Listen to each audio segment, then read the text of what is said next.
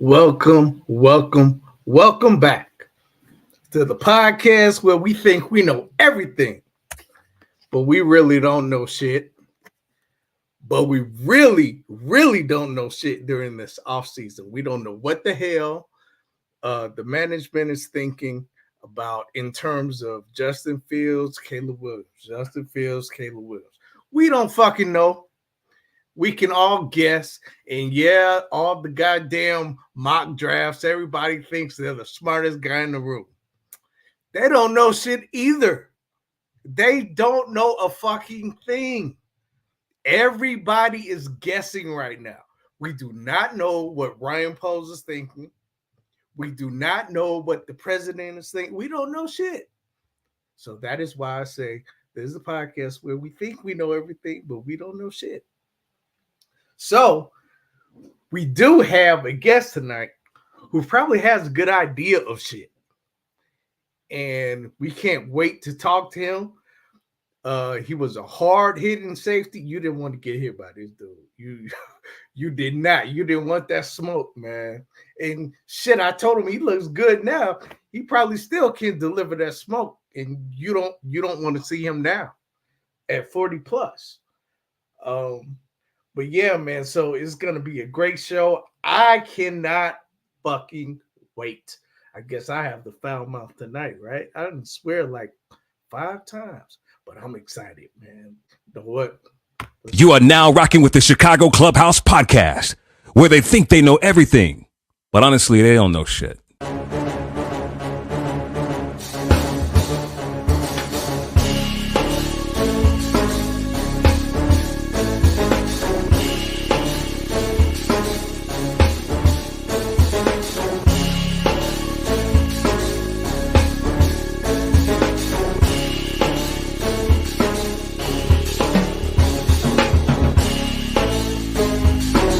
Summer league games and they tell you about these new up and coming coaches. I think we should get rid of every motherfucking owner in Chicago. Enzo and Caruso, both when they are on the court, are like your defensive generals. But they need to get that strong safety who's not scared to hit somebody.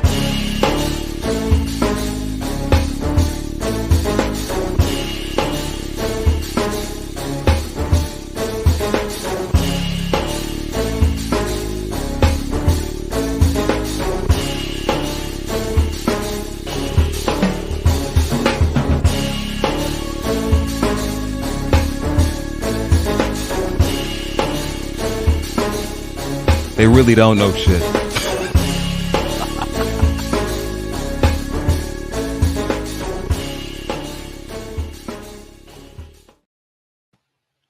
That kills me every time I hear Rick at the end of that say, but they really don't know shit.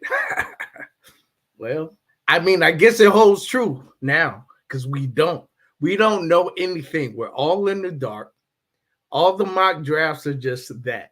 They're mock drafts and they're entertainment because nobody knows. Nobody knows shit until it actually happens, right? So it's just a guessing game, but it's entertainment. Anyway, I'm bringing my all-star team, man. We're going to get this thing started. First up, my man, the stat man, who knows every single stat from every single team, basketball and football, 80s and 90s. Test them if you want to. I just threw that in there. My man, JB. JB, what's up, man? What's going on, T? Why you always look so sad when I bring you in, man? Because, man, unfortunately, you know, us couch potatoes may not know shit, but apparently for decades, the Bears brass ain't known shit either. And that's just the facts.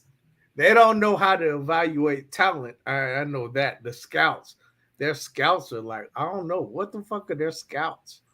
So just maybe, and I'm not saying just maybe like being funny, but just maybe they need some changing up themselves. And maybe Ryan Poles needs to poll the average guy to see what's going to happen. Poll the players and see what's going to happen. What's that mean? That means he need to not listen to what certain people say and listen to what the people need to get this train right. Who is certain people? Would that be McCaskey? That's who he does not need to listen to anymore. Right. You just said he doesn't need to listen to certain people. Right. I was trying to figure out who certain people is. That whole regime is one of them. 2, the pressure about resetting the market, which is the dumbest shit I've ever heard, for real. When you got plenty of money and can cut a couple people and get plenty more. And then, yes, thank you, Easy. Nice pun. You picked up on it. But the other thing is, like, why not do something that the Bears are not notorious for doing, which is do the obvious thing? The only reason, and I'm going to say this and before I let you go to the next, the Bears have a lot of positions of need right now. Is quarterback really high on that list? When we evaluate what's really going on, is quarterback number 1, 2, or 3 on that list? Should not be. But you know what you could get in this draft? You can address all those holes by getting generational receivers, generational left tackles, generational centers. Can you explain what the hell generational means? Well, as far as people say that shit all the time. But I say that on purpose because as far as I'm concerned, generational is a word that they use to put like the extra bells and whistles on a player. Andrew Luck, generational. John Elway, some of these players. But when you look at it, was Tom Brady generational coming out? What makes a player generational, though? The media. That's what I'm saying. They're trying to say can't miss prospects that are just going to be like the one guy you can't miss on that you have to have. And so media. But we've seen a lot of people. They don't know shit just like us. They don't, but they've got a higher platform to speak on it for some reason, and people listen. I can't tell you how many times Mel Kiper been wrong. Well, we'll get to that later. Let's bring in the next part of the All-Star team. Well, he usually has the foulest mouth in the city, but right now I think I do. So let's bring him in, Foul Mouth C. What's going on, fellas? Foul Mouth. I'm good, man.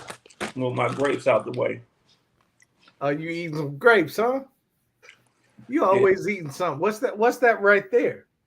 What's what? Is that water? Yeah, Fiji. Yeah, you fancy tonight, huh? Hey, I got some water too. Yeah, that's not water.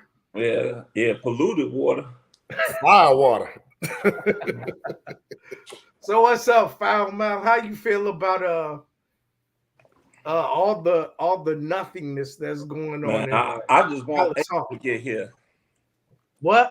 Let's fast forward to April and get this shit over with. That's how I feel sometimes too. Because everybody's just guessing. It's getting on my nerves. But you can't let it get on your nerves because you know every single year this is what happens. This is what it is. Absolutely. So embrace it. Every single year. All these fucking guessing games and stupid ass mock drafts and shit. Yep. You probably gonna do one too, JB. Mine is done already. See? You did one. Dumbass mock drafts. Yeah, anyway, it's fun. So we're gonna bring in our guest, and he has a good idea of what the hell management is thinking because he used to play there. So he has a better idea than we do. But before we bring him in, we have a little highlight reel that Easy put together. And we are going to show that right about now. 4 yards in a minute and 46 seconds. 7 passes, 1 run. Fielded 10-yard line. Then Ward loses the ball and makes sure just to cover it up. And you have a flag coming in at the end. 2 of them, in fact, at the 22-yard line. Isn't it something, Al, when you dominate and you have everything going defensively and you're playing well and you're doing all those things, you have to score points. You can't let that other team sit in there. Down, personal foul, unnecessary roughness by the kicking team. Number 44, 15-yard penalty, first down. Cameron Worrell, hopeful of recovering the fumble after the kickoff return was muffed, and he came in with a late hit at the end. And that's going to give the Giants an opportunity to at least try to work the ball into field goal position. Well, both he and the official are smiling about it. Why the fuck would he? What the fuck is that? That's not what we wanted.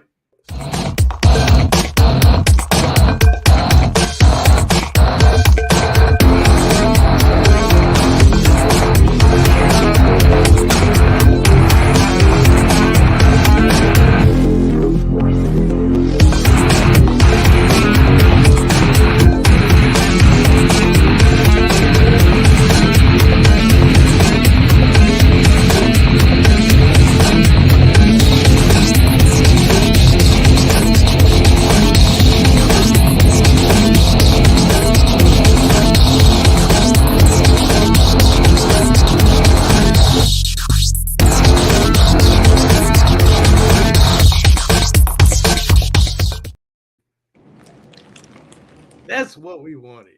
Now we Let's talking. bring him in, Cameron Worrell. What's going on? What's up, man? Man, that personal foul cost me $5,000. That wasn't. It cost you $5,000. $5,000. Hold on, T. Listen. It cost you $5,000. $5,000. Yeah. And it was a fumble, right? I was just trying to pick up the ball, but it was a late hit. And that was my boy Derek Ward. We went to Fresno State together, so there was no malicious intent, but five G's for that. Damn. Wow. Yeah.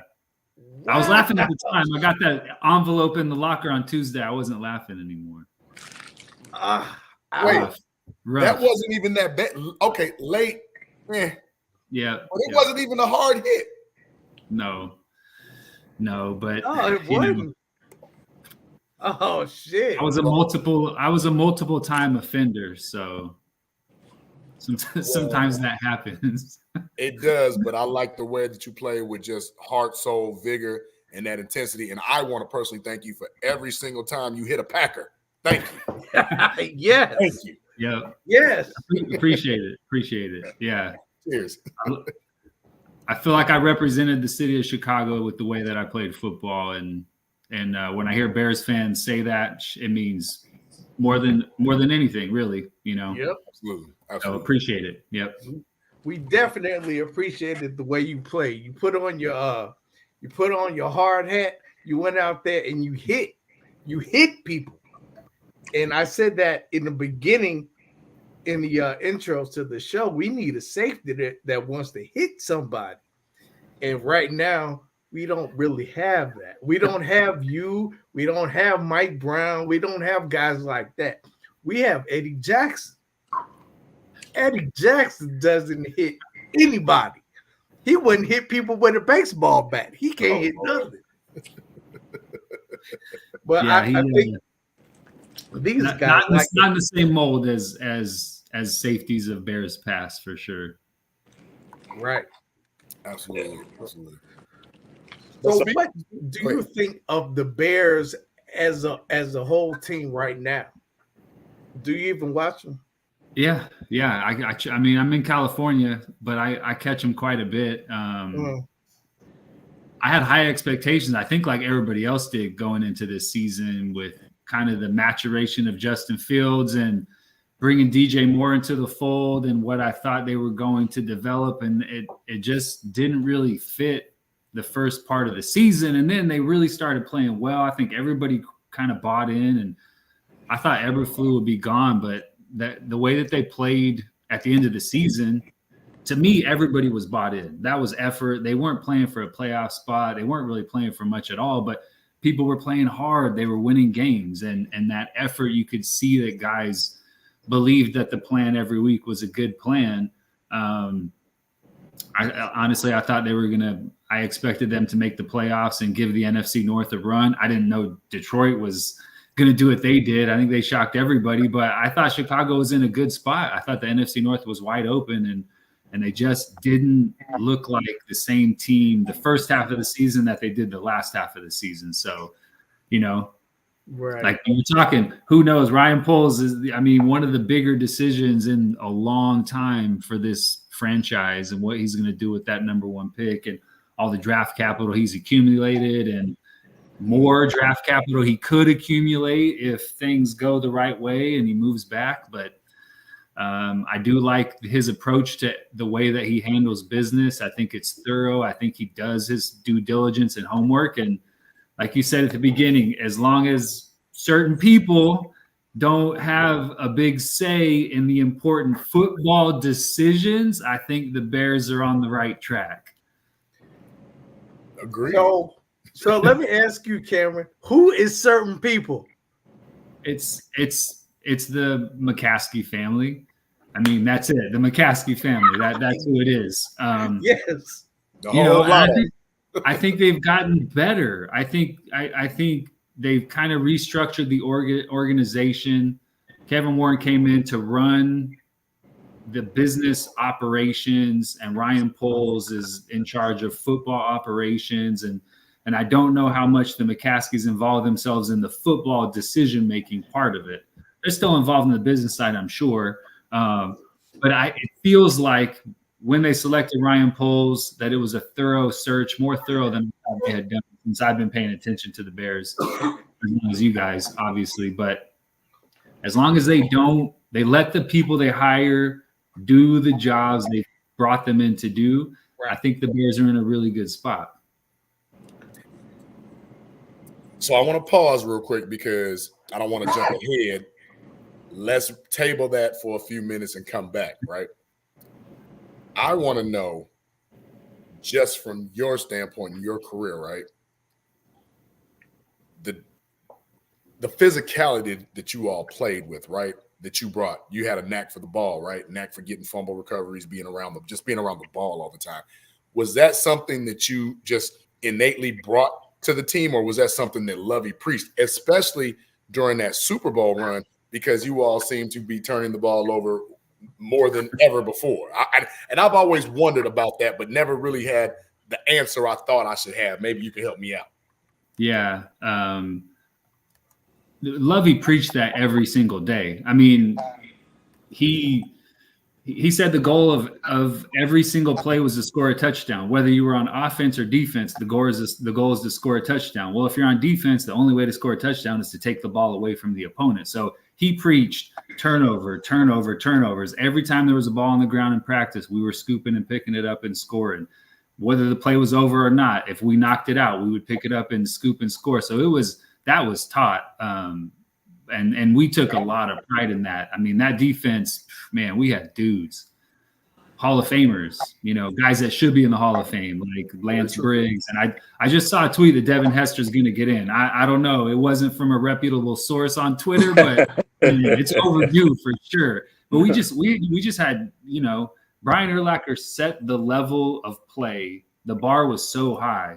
Everybody on that defense tried to reach that level. And we had a lot of guys that played right up there with him during that time. It was a mindset. And when you play with guys like that, it's infectious. You have to play like that or you're not going to see the football field. Facts. So, Cam, I'm just wondering, do you just follow the Chicago Bears or do you just follow the NFL, period? Yeah, I follow the Bears more than I follow any other team, right? I grew up a 49ers fan. I'm like 3 hours away from San Francisco. So I grew up a 49ers fan, Rice and Montana in those days. Then they told me they were going to draft me and I never heard from them again. So I'm not a 49ers fan. But I root for the Bears organization. There's still a lot of people, in the front office or administration, Team Ed is still there. I mean, a lot of guys who do a lot of things behind the scenes are still a part of that organization. And I watched the 85 Bears. I was a huge Walter Payton fan growing up for sure, but I didn't really understand like the history of the Chicago Bears organization. And the first thing that they teach you when you get there as a rookie is the history of this organization and George Halas and the impact that he had on professional football. So yeah, I'm a fan. I'm a Bears fan. I still follow them as much as possible. I root for them all the time. I mean, they hold this. They were the only team to even give me a shot to try and make an NFL roster. So they'll always hold a special place in my heart for sure. Oh, that's good. That's what's up. And the best fans in the world, no doubt. Now that anywhere, California, Arizona, Florida, it doesn't matter. There are diehard Bears fans all over the place, and I love it. Yeah. Yeah, but when players don't do well, we let them know. We let them know. And, So you know, go ahead, T. You got a question? Wait, what's that now? I said, do you have a question? No, I wasn't about to ask. So, Cam, I got another question for you. Throughout your time playing, and also your time playing and your time being a fan of the Chicago Bears, have you ever seen the city get behind a quarterback like they done with Justin Fields? No, man, I was there when Rex Grossman was there, and sexy Rex. For the first part of 2007, the whole city was behind him, and then the last part of 2007, the whole city was against him. So I've seen both sides of it in the same season. But no, I mean, I think Bears fans have been desperate for a franchise quarterback for. I don't even know how far we have to go back. If you want to throw Jay Cutler in there, you could throw Jay Cutler in there. He took him to an NFC Championship game. He broke a lot of records. But, I mean, you have to go way back. Jim McMahon. I mean, you know, you have to go way back for the Bears to have a true franchise quarterback that you can rely on, that can elevate an offense. And Justin Fields is that dude. So, no, I've never seen the type of support for him at the quarterback position in Chicago. It's so hard to get people to believe in you at that position because historically they just haven't had a dude, and Justin Fields is that dude. Yeah, he is. I'm glad you said that, but I want to go back a little bit too, because you have went through a couple of quarterbacks yourself in your tenure here. So with that being said, do you feel it's just something that we as fans are not really, privy to, because obviously it's speculation, but what is going on in the organization that they just can't get it right?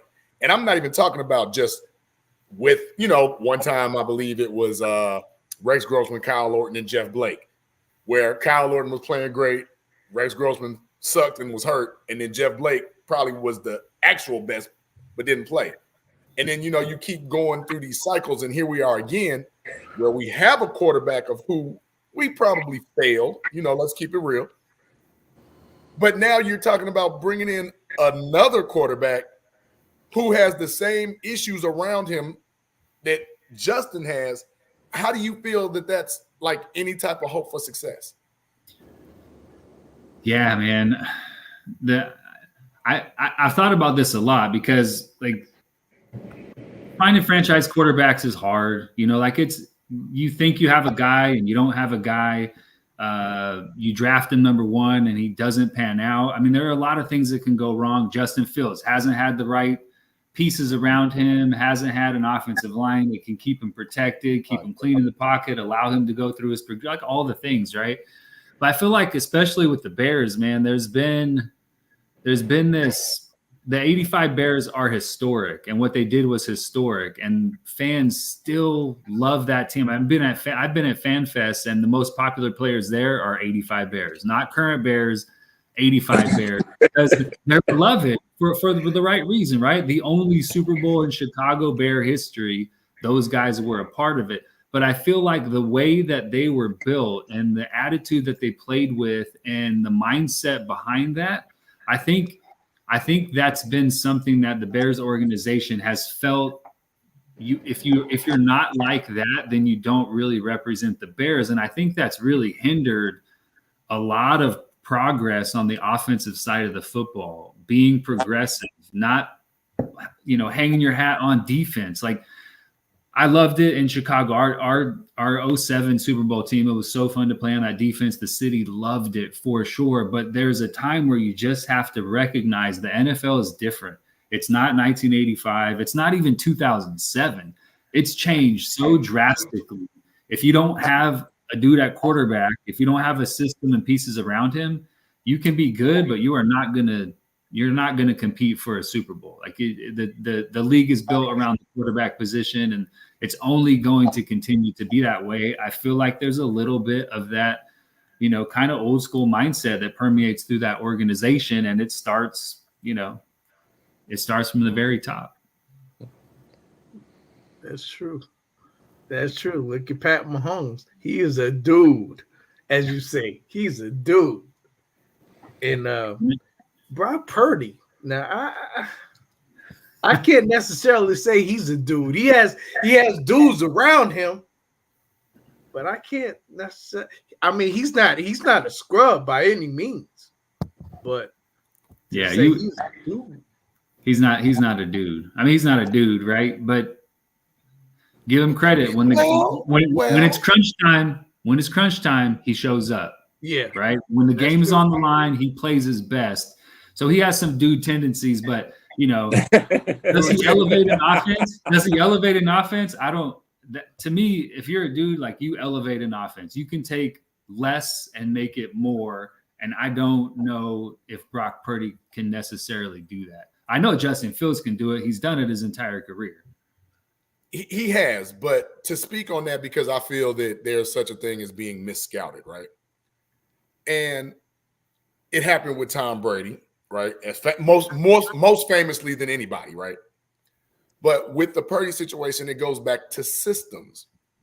And for right now, the system that Kyle Shanahan wants to run, Brock Purdy just happened to be the perfect piece, right? It's about scouting and complementing. The problem that I have is when Luke Getsy was brought in here, for one, you have no experience on anything to do with calling plays. Two, you were the quarterback's coach for Aaron Rodgers. What did you really teach Aaron Rodgers going from a quality control guy? Like, besides, and I'm not trying to be funny, Cam, besides like getting coffee, like what did you really do? So to pick that guy, that's what I'm saying. Like, what are the Bears thinking? Like, I come off like a hater, but I'll embrace it because I'm passionate. What makes me or you or any other Bears fan just keep having this blind hope? Because one time in my life, the team up north, they said, you know what? We as fans, we're not paying for rooftops no more. We're not doing this stadium stuff no more. We're not even filling the streets of North Clybourne and Sheffield no more. They losing money until you listen to what we're saying. Shout out to the Cubs for listening to the people, getting Theo Epstein, a real guy, a real baseball guy in here, and turning him around the fortunes at least for a couple of years so we can raise a banner as Chicago. I don't have any complete, I'm not saying I don't have fleeting, but I don't have complete faith in what this regime is even doing now, because although Poles is making some good moves, I mean, you just had an all-rookie coaching staff, and then when it was like time for veteran presence, it was like the Spider-Man meme. You do it. Oh, you do it. Oh, you do it. Oh, you do it. Like, come on. Like, I don't see us evolving or getting into that upper echelon of teams who are just perennial playoff appearance, every year. I don't see that happening until we actually tighten up some things. Yeah, I mean, I felt for a long time from my playing days there, and then afterwards, I mean, and really when they fired Lovey, I was like, what is going on? Like, you win 10 games. Yeah. You don't make the playoffs, but like, you win 10 games. His history speaks for himself. The success that he's had there as a head coach. Like I think we've said it a couple of times. Like, as long as the McCaskies are controlling the Bears organization, they haven't proven that they can put a team together to have success. And if they're the ones hiring the people making the decisions, I think they have a couple of good ones right now. Kevin Warren and Ryan Poles, I think, are as best as I've seen in my time paying attention to the Chicago Bears, where I think they have a good idea of how to move the organization forward. I really like the process that I think Ryan Poles executes when he makes big decisions. I don't always agree with the decisions, but I think he uses a process that is proven to have success. So Like, I think they're in a really good spot. He's done a great job of putting them in position right now to build, to be competitive for a long, long time. Now he has to do it. And, history says, right, that the Bears have not been able to do it. But I'm hopeful. I'm hopeful because of the position he's put them in as an organization that he's going to be able to do that now. But, everything has to hit, and you have some really, really big franchise changing decisions coming up in like 2 months. So we'll see. Yep. Maybe we'll hop back on the summer and dissect what went down and see if we feel better then compared to how we feel right now. Well, Cam, I want to ask you, let's play a little game. You are the Chicago Bears GM. I know you probably gonna thought about it, being a big time Bears fan and all. You are the Chicago Bears GM. What would you do as far as what type of players, what would you do in the draft and free agency to make this team a better team than it was last year? Good question. Yeah, I mean, I think that all kind of depends on, they have a lot of cap space, right? So I think they've done a good job the last couple of years bringing in free agents to fit some needs. Being able to snag DJ Moore and get the draft capital that they got with that trade was, brilliant. It all comes down to what that number 1 pick ends up being. If I'm sitting at number 2 and I'm Washington and I think the Bears are going to select Caleb Williams, then I give up a lot to try to jump up and snag him. And if I'm Ryan Poles, if I'm sitting at number 1, I think he has to take Caleb Williams if he feels like Caleb Williams is a better prospect in the long term than Justin Fields. I don't think you can draft Marvin Harrison number 1. I don't think you can do that when there's probably 3 quarterbacks that may go and somebody will move up to get one of those quarterbacks. If you're still there, I think you have to take a guy. If you think he can be a better version of Justin Fields, I think you have to take him. If not, like you're talking about mock drafts. I did the PFF, the Pro Football Focus mock draft. I traded back and I got Marvin Harrison and Rome Odunze, like 3 and 9, 2 all potential all-pro wide receivers, and you get a 1 next year. So there are a lot of ways this can go down. I think Ryan Poles, he's not tied to anything. He's going to make the best long-term value decision with the options that he has. It'd be easy to say, yeah, trade back and get up, accumulate draft capital. That may just not be available to him with that pick. I think it will. I think somebody will want to get up and draft Caleb Williams, who needs a quarterback. He's in a position of luxury right now. If he keeps Justin Fields, they can win with everything he can put around him with what they've accumulated.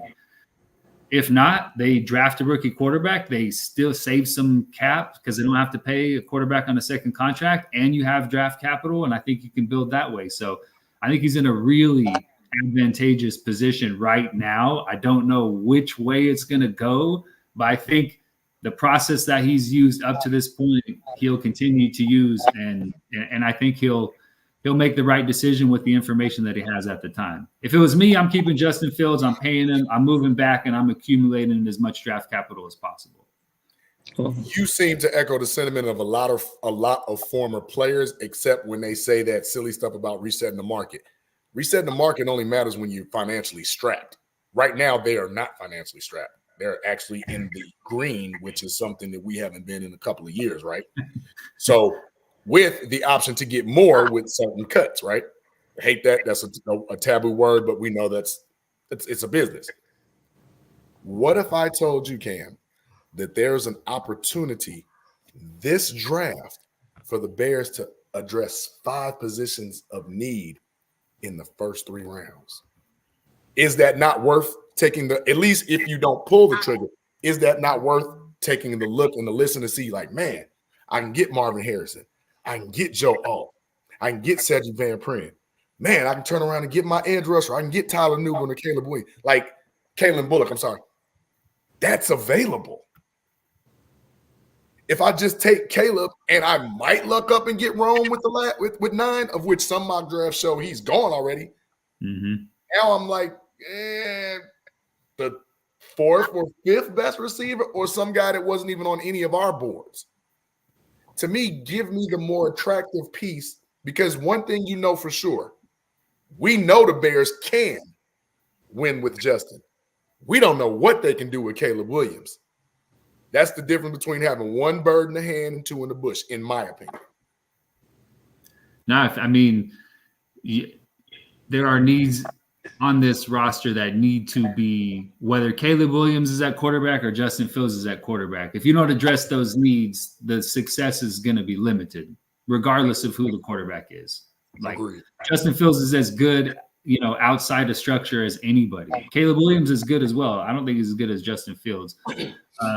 So, if you can accumulate more and you can put all those pieces around Justin Fields can win. Are you going to have to pay him? Yeah, you're going to have to pay him. But you have a lot of young talent around him for 4 or 5 years to really make a run. And then, you address that when guys are coming up. That's kind of the way it goes in the NFL, right? Like, guys are going to come up. You keep as much as you can that you feel can help you moving forward. And then, you have to let some guys walk. That's just the reality of the system. But yeah, if they can get all those pieces that they need, premium, not third round picks, no knock on Lance Briggs, who's the third round pick and should be in the Hall of Fame. But, you can't win consistently, make Super Bowl runs with a bunch of third round picks. You need those premium players in the top, 30 or 40 or 50 of the draft. And if you can get more of those pieces and keep Justin Fields,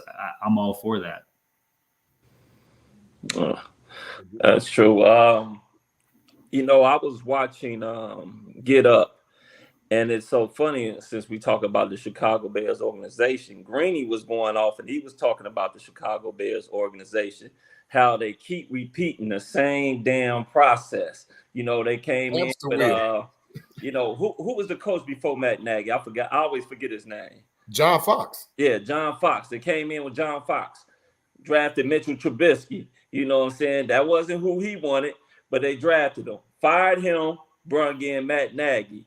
Then they sit up there and they draft Mitchell Trubisky. I mean, no, they had already drafted. I'm sorry. They draft Justin Fields. Now they sit up here and now they brought in Eberflus. And he kept saying that the Chicago Bears keep doing the same thing over and over and over again. And that's why this franchise is not having any type of success at all.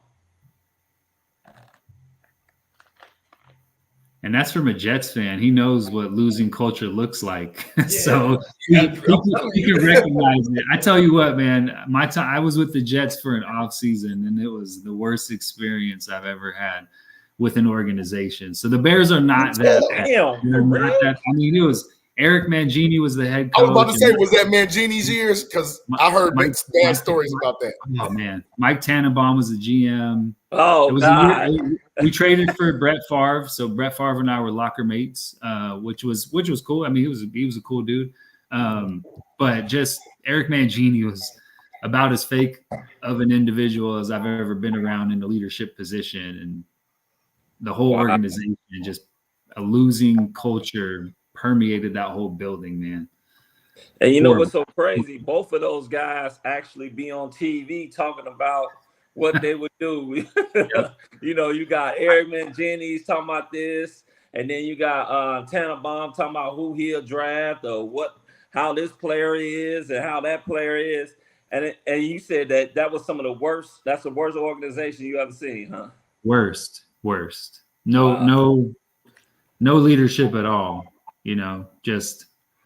Mangini tried to be Belichick, but you're not Belichick. You're just not. You haven't won. Nobody's going to listen to you when you haven't won. He'd call out the rookies, but he wouldn't call out the veterans for doing the same thing, like that kind of stuff. You see through that.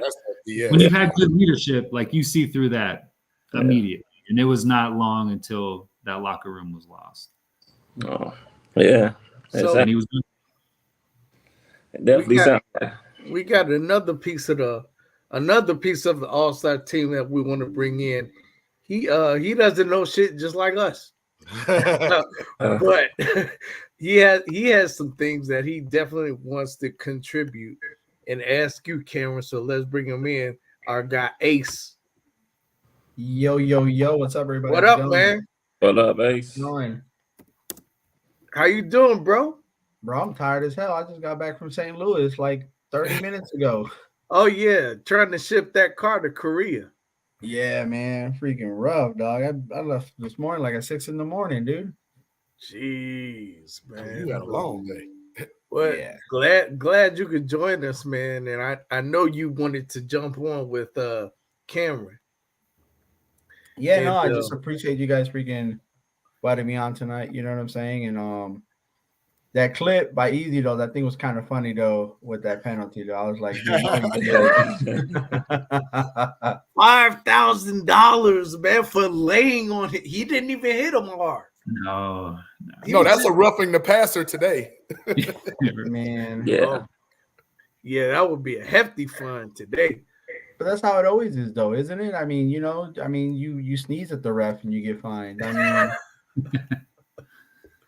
remember, and I know this is off topic. I forgot dude's name, but I think he brushed up against the referee. It was in the preseason game, I believe, and they fined him. I forgot his name. JB, you the stat man. You know everything. Who am I talking about?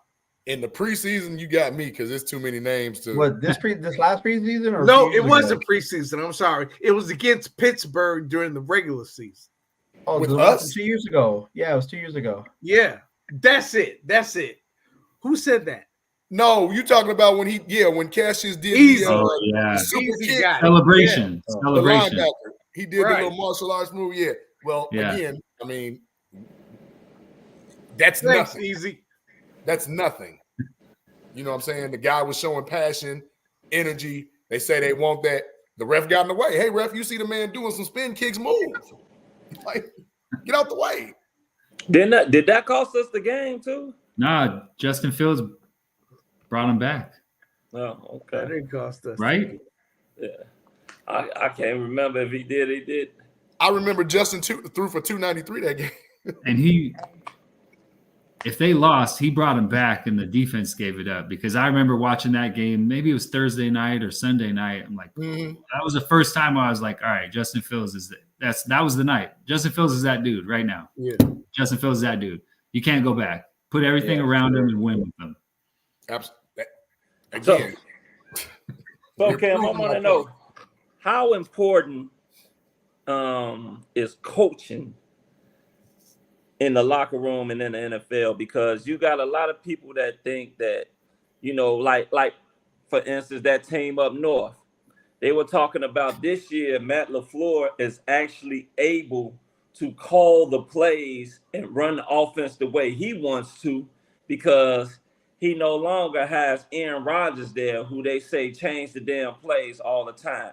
So is coaching real important, or is just a little important? It's basically what the players do. Do the coaches, is it more so the coaches can put them in the best position, or the players just do everything? I mean, the coaching is probably less important in the NFL than it is in college football, right? College football is all system. You're going to run your system. You're going to rely on the system to create plays. In the NFL, it's more about matchups. Can I get this guy isolated on this guy, and then can my guy win? Can I get, whoever it is, Montez Sweat in a one-on-one situation against a tackle that he can beat consistently? Can we get that matchup enough times for him to have success? But, I mean, in the NFL, coaching is probably more about connection and leadership than it is X's and O's. I mean, everybody in the NFL understand X's and O's, coaches, players. I mean, I was around some players who were as smart as anybody, coaches or players. So, Zach Thomas was the smartest, most, I mean, and he was like 5'9", like middle linebacker, 225 pounds, just so prepared, could break down formation, down and distance, tendencies, and know what was coming. And I learned more from him than I did any other player in the NFL. So guys know X's and O's, but it's the NFL season is long and it's hard. The off season is long and hard. And if you're not building towards something, if you don't have a leader that stands up every day and gets you motivated to push a little bit extra, to do to prepare a little bit better. Like if you don't have a team of 53 guys who are doing that consistently, like you have to have a lot of really special talent to win otherwise.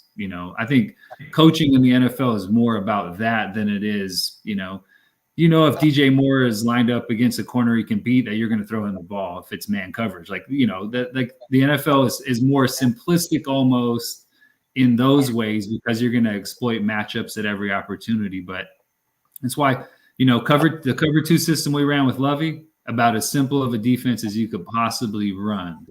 But we had guys who could get it done, who could get after the quarterback without bringing extra pressure, everybody's watching the quarterback, and then we break and we make tackles in the open field. And eventually we're going to get in there and we're going to sack you before you get rid of the football. And now you're in a long distance situation and we're going to put that 2 shell up and force you to punt the football. So, but he was a leader. He motivated us on a daily basis. He set a standard that we had to reach every time we took the football field. Every meeting, like he set that tone. That's, I think, more importantly than the X's and O's, that's what, a head coach in the NFL can bring to an organization. I like that you said that because I hate to be the guy again. No, I don't. Let me stop. No, you don't. You never hate being that guy. Okay, well, I'm the only one admitting that I'll be that guy.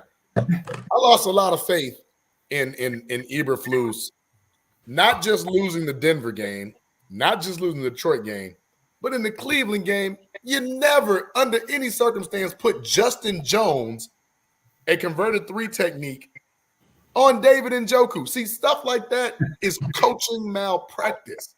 And you cannot tell me, listen to what you just said.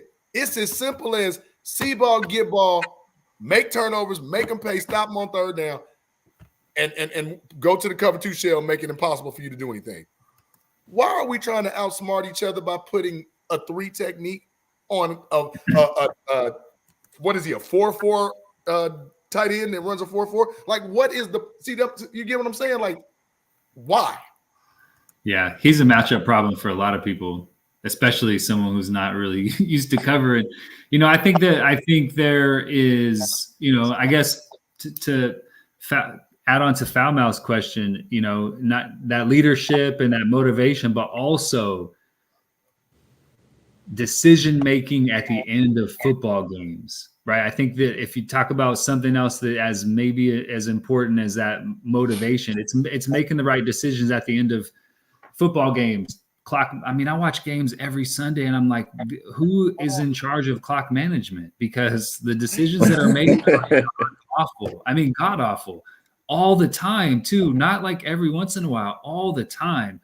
The Detroit calling a timeout when they had 3 timeouts. If they score a touchdown, they can kick the ball off and get a stop and get the ball back. And instead they call a timeout.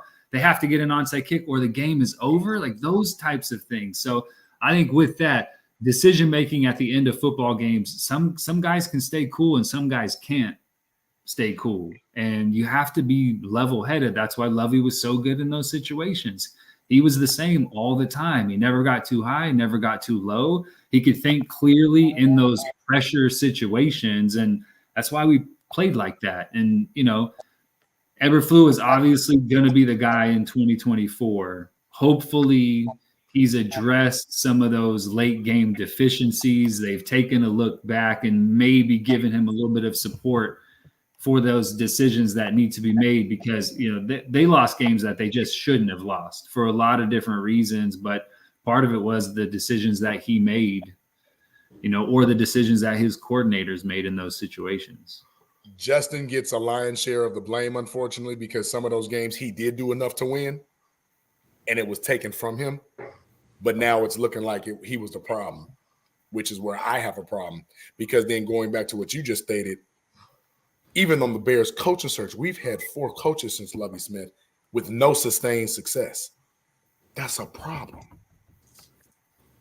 We in on this hamster wheel and just won't get off. Yeah. And the crazy part about it, when you sit up there and you think about these teams that are constantly in the playoffs, one thing that they have that a lot of other teams don't have, continuity. Continuity. They got a whole system. They've been there for a while. That team knows each other, and they constantly keep getting to the playoffs. Kansas City, Andy Reid, San Francisco, Kyle Shanahan. Hell, even LaFleur. LaFleur has gone and been there for a minute, and he's gone, and his players have been there, so they got a whole system that they run. Well, you forgot about the most glaring one, Foul. Pittsburgh. Mike Tomlin never had a losing season. Constantly. The Ravens. John Harbaugh. Has Harbaugh been there? Yeah. Why don't we had that guy with Lovey with some challenges, right? But a lot of his challenges, like you stated, came from on high. And that's where I say, okay, I don't know how you feel, Cam. We'll get into that if you have some time. I don't know how you feel about the evolution of the offensive side of the ball being a defensive player, but we know we need it. It's either we have glimpses of offensive success, but we never take off. Then we rely back on our defense, and then we end up wasting our defense because now they done went 2 to 3, 3 out of 4, 4 out of 7 years of no success. Now our defense is old. Now we trading guys again. So now the defense is starting over while the offense has never caught up. Who's in? I know you're going to say the McCaskies, but what GM? Because we've had a bevy of GMs as well. Like, why don't they see that problem? You know, I think the most aligned the GM and the head coach ever was Jerry Angelo and Lovie Smith, right? Mm-hmm. Jerry Angelo drafted guys that fit Lovie's system, and those players were put in positions where they could be successful. Nate Vasher would not have fit everywhere, but he fit Lovie's system really, really well. Nate was nice. Yeah, very, very nice, and got paid for it, right? I mean, there are a lot of guys. Urlacher was a freak, so you know he converted it. Yeah, right. But he was not always a middle linebacker, and he really changed what a middle linebacker could do. Right. Alex Brown, Adewale, you know, all these guys, Tommy Harris, like a single gap 3 technique, like all these guys fit exactly what Lovie's system was, and Jerry Angelo brought those guys in to fit the system. I think there's been a lack of that cohesiveness with the general manager and the head coach, and there hasn't always been. You know, Eberflus is Poles' guy, right? He was part of that process, and he brought him in. And I'm hoping that they continue to develop, to bring guys in to fit exactly what the systems are that they run on the field. Because if not, it's really hard. You could have a very talented player that just doesn't fit what you do, so they can't really be successful. And I think the Bears, because they've had so much turnover at the head coaching position and at the general manager position, there's been a long time since they've had that really, really good relationship like Lovie and Jerry Angelo. All right. It just seems like the Bears, they can't get out their own damn way. Every time something don't work, they change it. They never want to go through the fire. Sometimes you got to go through the fire. Sometimes it ain't gonna always be sweet. And this team, and this organization, they constantly keep changing, and therefore there's no continuity. Therefore, there's no playoffs. Therefore, there's no consistent winning. And I've said it multiple times, but you look at the Steelers, the Rooney family. They have a great understanding of what to do. They plucked Mike Tomlin. He was not really a head coaching candidate when he got that position, and he's been there ever since, and he has not had a losing season. They understand how to run a winning organization, and it's not the same in Chicago.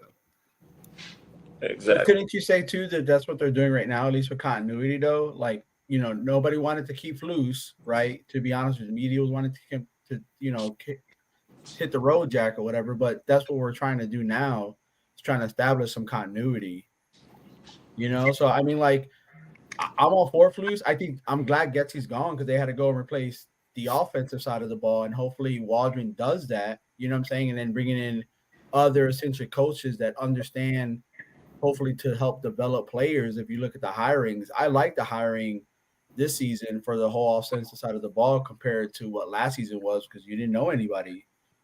Majority of the staff all has experience.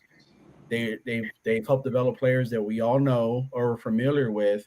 So you just kind of hope like, hey, they have experience. What have we been wanting? We have experience now. See what happens. Yeah, and my hope is that the McCaskies have taken their hands off and they have allowed Ryan Poles to run that football organization the way that he thinks can best put them into positions to have success. And I think part of that was keeping Everflu, but building up the deficiencies of 2023, supporting the things that didn't go well with smart hires, helping Everflu make late game decisions, things like that. Now, what happens in the draft? Like, I think that will determine a lot of the success of 2024, but I think they've done a good job of, as you said, a little bit of continuity, but then filling in gaps where they recognize there were gaps last season. Yeah, definitely. I was wondering, since we're talking about the McCaskies, was there ever a time where they came down to the locker room to talk to Lovey and try to make him do something that he probably didn't want to do? I know Jerry Jones' ass is gone and done it. I never saw that if it happened. I don't know who would do that, really. There's not a personality in that family that is that confident to do something like that, to come down and try and tell a head coach what to do. I never saw anything like that. Virginia may, but I don't think she ever got it. She's the strongest one of all of them. I don't think she ever involved herself in those decisions. So no, I never saw anything like that. They're not built that way. So yeah. Jerry Jones is different. He would do something like that. He probably quite often, actually. You muted. I see. Cameron, let me ask you this, man. When you were playing, who was that guy? Who was that guy that you would just be like, oh shit. Okay, guys, get ready. I'm gonna need some help over here. Who is that guy for you? Randy Moss. Randy Moss. Without a doubt. He was, he got me a couple of times when I was in Miami and he was in New England, but he was he could run as fast as he wanted to run. He was way bigger and stronger than you thought he was. I mean, 6'4", like 220. He was big and he was strong and he could run faster than anybody else out there. He could go up and get it. So, I mean, it was not a fun day. We rotated over the top of him. We doubled him. We did a lot of things and he would still have success. So he was by far he was the guy that you had to account for every single play or he would single-handedly beat you. And he did a couple of times. And then, we would double him and Nate Burleson got us one time and nobody really knew how good he was at the time. But Randy Moss was, like I said, if you didn't account for him, he was going to beat you. So who was that quarterback that you knew he was always going to throw deep? You knew he was always coming out your way. Favre. I mean, and he could, Favre he's the only guy, like, you have rules in cover 2 where if the quarterback rolls to his right and you're the safety on the opposite side of the field, you could cheat to the middle of the field because nobody's going to make that throw all the way back across the field, like 50 yards down the field, except for Favre. He broke all the cover 2 rules because he did it. Like he did it, I think in 2002 when the Bears were playing at Champaign, he made a throw from the opposite side of the field to the far numbers, and guys are like, it broke all the rules. Like we could cheat, but with Favre, you couldn't. So you had to stay home. He was the one guy that you had to account for every single inch of the field because he could make all the throws at any time. Yeah. Facts. Till he got hurt and old. He was a fucking monster, though. He was a monster. Yeah. Let me ask you this, though, because your time in Miami, that was a famed defensive coordinator too, Dom Capers, correct? Yep. How was his defense? Like, was it similar? That's how you were able to transition in, or was it a learning curve for you? Because I'm also looking at when we bring in new players, let's not take a 3-4 guy, try to plug him into a cover 2 hybrid system. Yeah, it was a rough transition for me because it was kind of weird. It was the year that Saban had left, so Cameron came in, right? So Dom Capers was still there. Yeah, Cameron was the head coach, right? Right. So Dom Capers was still there, but it was kind of a mashup of Nick Saban's system and Dom Capers' system. So I think at one point we had 125 different defensive calls. And every single one of those calls, if somebody went in motion, you had to make a check. Like, it was very complex, very complex. So in Miami, though, you had a better year, I think. No, that year, Dom Capers had a horrible first year, if I'm not mistaken. They won like 2 or 3 games. Well, I'm talking about stat-wise for Cam. Yeah, our defense was good. Yeah, our defense was good that year. I'm talking about stat-wise for Cam. Oh, yeah, defense. I'm about to say, quarterbacks, no, they quarterbacks was somebody like it was like an aging Trent Green and Cleo Lemon and John Beck, if I'm not mistaken, right, from BYU. Yeah. Like, that's crazy. Yeah, Ronnie Brown got hurt. Yeah, Ronnie Brown got hurt. We traded Chris Chambers. My book was there, but we Marty Booker we weren't very good. But defensively, we were solid. I mean, Jason Taylor and Joey Porter and Zach Thomas in the middle. Yeah, I mean, so we had some dudes.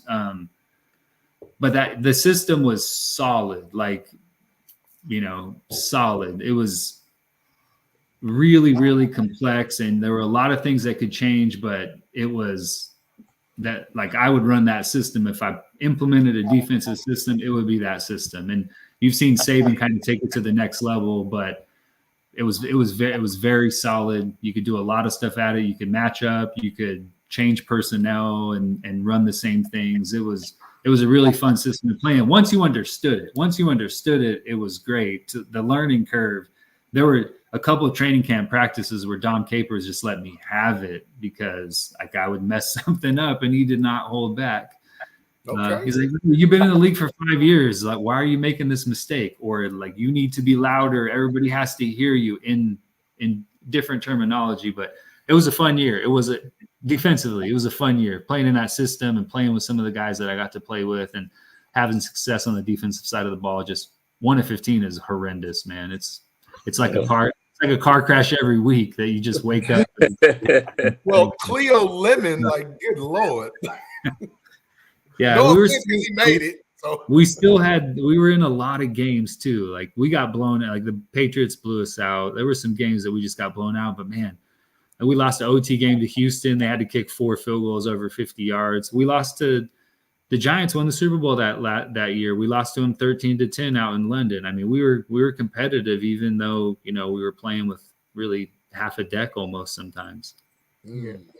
So we had a question from the chat that a few people thought was a really good question. So we're going to ask you, could you tell right away that Nick Saban wasn't going to work out or he was going to jump ship? Could you tell that immediately?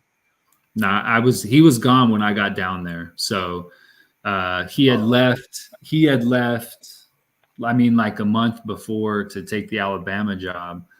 And nobody really said anything good about him when he was gone either. I never heard anything good about him from players or anybody really. Nobody. You would expect somebody, even guys who played for him in college. They were he wasn't the same guy. He was inaccessible. His office door was locked. You couldn't really talk to him when you wanted to. I mean, these are veteran guys who are big pieces of the organization. Wow. And ran guys into the ground, didn't really understand the difference between college and the NFL. You're dealing with professionals who understand what they need to do to be ready to play. College guys, not so much. You have to push them a little bit more. He just really didn't do a good job with that transition. And I think the Nick Saban now, who just retired, he could probably have success in the NFL. I think he's changed quite a bit, and he understands, a little different approach. But at the time, he was just that controlling, my way or the highway kind of guy. And, unless you're Bill Parcells or Belichick and you've shown that this leads to Super Bowl championships, nobody's going to look when you're like that at all. Right. So he came in there thinking that, these are little college kids and he can basically manipulate and control and all of that. Right. But It's a totally different thing. These are grown-ass men that probably make more money than you. Right. But wait a minute, though. But Nick Saban wasn't foreign to the NFL because he was an assistant or a DC He or was. something, like for the Browns and the Oilers. Under Belichick. He was in the league before. Well, Belichick famously with the Giants. Hey, did Lawrence Taylor get on the bus? Yeah. We got enough to win. Pull off. Like, we understand that. But when and I can speak a little bit to Saban because he went to my alma mater, Michigan State. He brought us and we beat Florida. Famously, he left before the Citrus Bowl. We played Florida. We beat Florida. He took the LSU job, took LSU to a national championship, then came to Miami, didn't do so hot, and then went to Alabama, and that's, kind of like how the history goes. But when you have a guy like that, right, because you're going to get two sides of the same coin. That guy, the Parcells, right, they're coaches.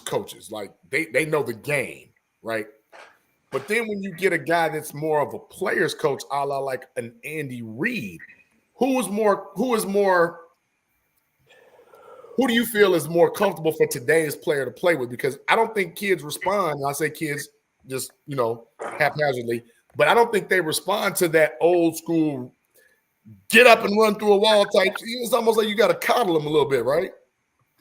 Yeah, I mean, you have to connect with them. And I don't think Nick Saban did a good job in Miami of connecting with people. If you believe that your head coach has your best interest at heart and really cares about your success and cares about the success of everybody collectively, you will run through a wall. Like, you'll do anything to have success because you believe that he's doing his best for you. And okay. I don't think Nick Saban was really good at connecting with people.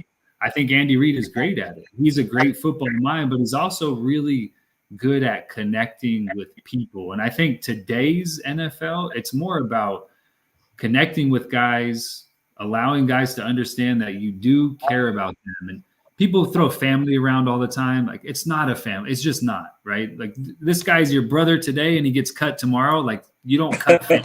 That's not really how it works. So I never really liked that term being used. But when you have a coach who truly cares about your success, who cares about you as a person, not as a family member, but really does care about you, then you have that connection. And then you are willing you'll go further for guys like that than you would somebody who you don't believe really cares, who's a phony, Eric Mangini. Like, I'm not running through a wall for Eric. Like, I'm not. Why? You don't care about me at all. I'm not going to do that for you. But Lovie Smith, I ran through a lot of walls for him because he cared about us. He cared about us as individuals and as players and knew that collectively we could have great success. So, yeah, the hard line guy, the Dave Wanstead or the Ditka coach, they're just today's NFL. They won't really last long. Wouldn't respond. Right. Nah. I was wondering, players, do they have more of a relationship with the coach or the coordinators?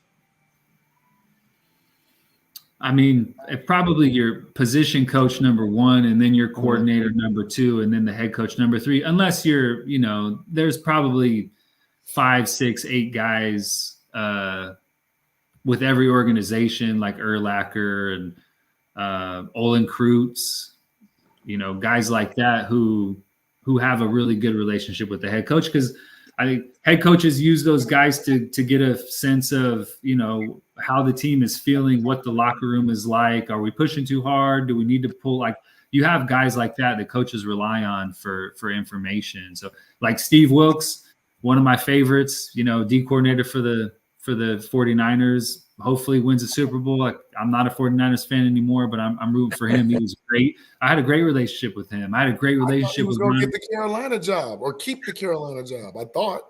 Yeah, well, you see what happens. Frank Reich was gone. He should have got that coaches post him. Yeah, right. It was a travesty what he did there. He's ready. He got a raw deal in Arizona 1 year. He got a real raw deal in Arizona. So he's ready. He's a leader. He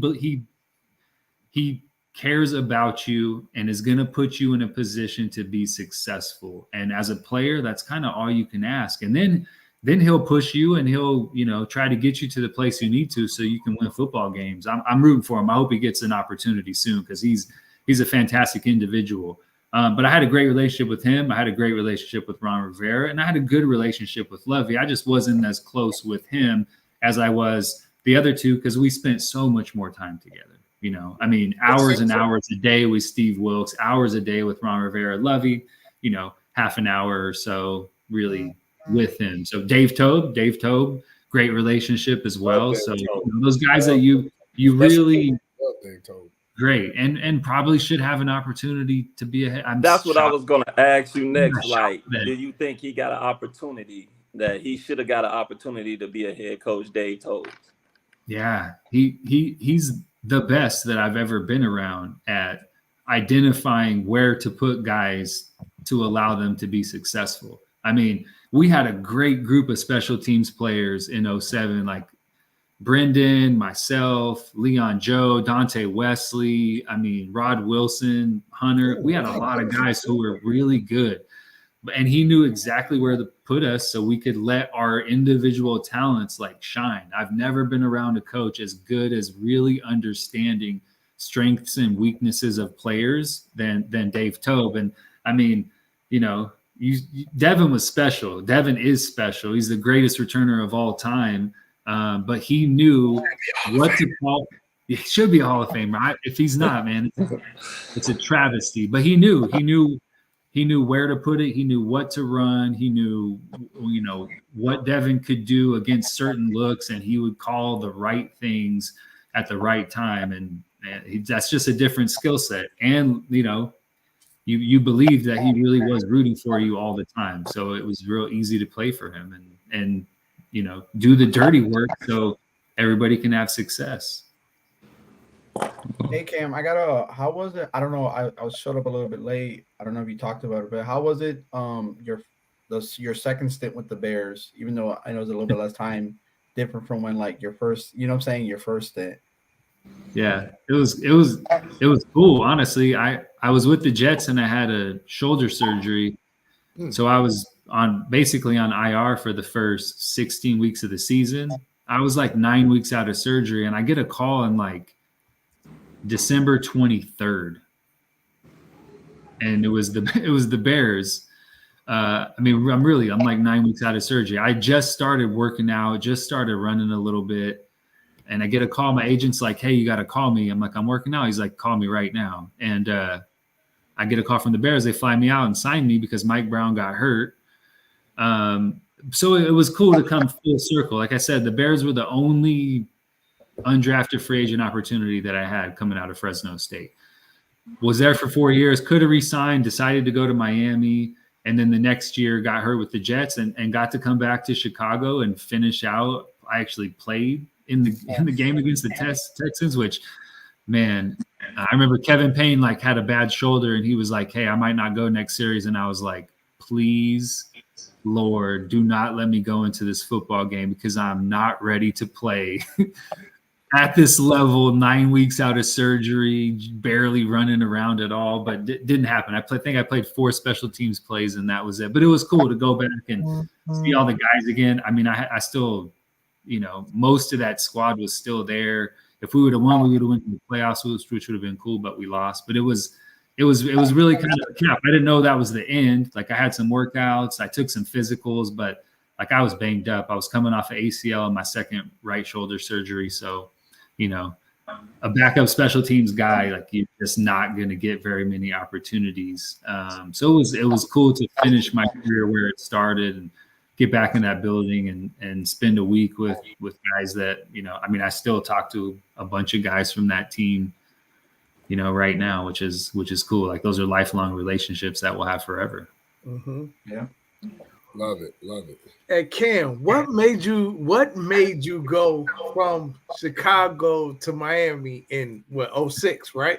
Was it the weather? No, the first year, I grew up in California, Central California, right outside of Fresno. So the first year I was in Chicago, absolutely miserable. I didn't have a garage. I had to go outside every morning at like 5:30 to start my car. It was horrible. Like it was horrible. And then like year four, I was wearing shorts and flip flops. It'd be 15 degrees. Like I was, I had acclimated to it. No, it was really like a little bit more money, but not enough to make a decision to leave. It was more about opportunity to play defense. Like I wasn't a great fit for the cover 2. I just didn't have enough speed to cover the amount of ground that I needed to, like Danielle Manning could or Mike Brown could. Like I was just a step slower. And I understood that about myself. I knew I could continue to be a good special teams player and, play defensively every once in a while. But I just wanted an opportunity to play more on the defensive side of the ball. And Miami kind of offered me that. And I felt the system was a good fit. Once I learned about it, I played in a similar system in college, like a quarter system with Kevin Coyle. So I liked Cameron. I thought he had it figured out. He didn't have it figured out at all as a head coach. He's a good offensive mind, but he was totally in over his head. Randy Mueller, who was the GM at the time, solid. Jeff Ireland, who was there. And we had some solid guys. Dwayne Joseph, actually, who, you guys remember that name from back in the day. He was a safety out of Syracuse. I don't know how long he played for Chicago, but he was a player development guy, and he was an assistant GM for the Raiders a few years ago. I'm not sure where he is now, but he was down there with George Payton in Miami, and they targeted me early in free agency, and went down there and took a trip, and it just kind of felt right. So it was tough to leave. I could have re-signed with the Bears, but I knew that if it were 3 years later and I was looking back and I never really got a chance to prove that I could play on the defensive side of the ball in the NFL consistently, that I would have regretted that decision. And I got the opportunity. I got mossed a couple of times, but a lot of people did as well. But it's a long list. It happens. But I did really develop as a football player, and my understanding of the game, and really a lot to do with Zach Thomas and the way that he prepared. My understanding of the game of football is drastically better than it would have been had I not made that decision to go down to Miami. I had a real random question because I know I don't believe you all crossed over, but Derek Carr to Bernard Berrien, did you all cross over at any time, or it was just like 1 year we missed each other, 1 year we missed each other? David Carr. Not Derek, right? David Carr. Yeah, the one that went to Houston. Yeah. So David, he was a senior when I was a junior, and Bernard was a sophomore. So we were all on that one. What was that? 12-2 team. That 2001, where Dave was on the cover of Sports Illustrated. Well, he was a Heisman hopeful. Right. Yeah, we were ranked 8th in the country, and made that run. Yeah, that was. Yeah, Dave was extreme. Dave was far more talented than Derek is, and Derek is talented, but Dave was far more talented. He just, I would talk about Dave and his days in Houston with Dom Capers, and Dom was like, Dom was the head coach. I didn't want to send him out there because we couldn't protect him. I was like, get rid of the ball in 2.5 seconds. That's all you have. And he got beat down. He did. He took an ass whipping out there. And he was never the same. I mean, he ended up playing like 12 years, but he was as talented as just about, not quite Favre with arm strength, but he was pretty close. He was big. He could run. Like, he was a really, really talented dude. It's unfortunate that his career got off to the start it did, but he ended up winning the Super Bowl with the Giants, and he's on the NFL Network now. So yeah, he's all good. Got paid a couple of times. So, Cam, we had a question in the chat from our guy Custard. I don't know about calling a grown man Custard, but anyway, he asked if you've ever been interested in coaching. Oh, good question. Yeah, I coached for 2 years at Fresno City, which is like a junior college. Junior college that I actually played at for a year. I coached there for 2 years, and I had a lot of success. I sent like 7 DBs, Division I, one to the SEC, Big Ten. really was able to develop guys and get them out. Awesome.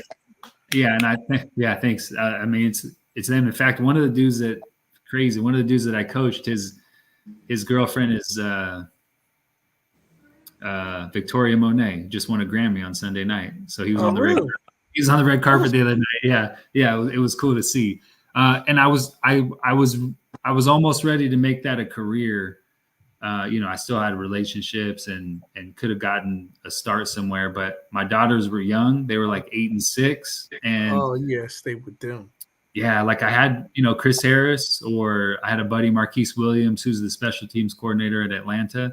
Mm-hmm. I saw what their careers were like as coaches, and you have no idea where you're going to be from year to year almost, 2 years here, 2 years there. So I just didn't want that type of lifestyle. Man, I wanted to put some roots down in Fresno, in the Central Valley, and my daughters have gone to the same school and school district, their whole lives. So but yes, it was really fulfilling. I enjoyed kind of taking the knowledge that I had picked up over my career and being able to help guys develop and get them out and give them opportunities to play football. I'm working with like 7 guys right now training for like the combine or pro day. So I still get I get to dip in the spring and develop guys and touch that kind of coaching passion. Yeah, man, I'm curious to think of what my career would look like right now as a coach. I get to do some media stuff. I do the radio for Fresno State. So, I get to stay around the game. I stay around the game.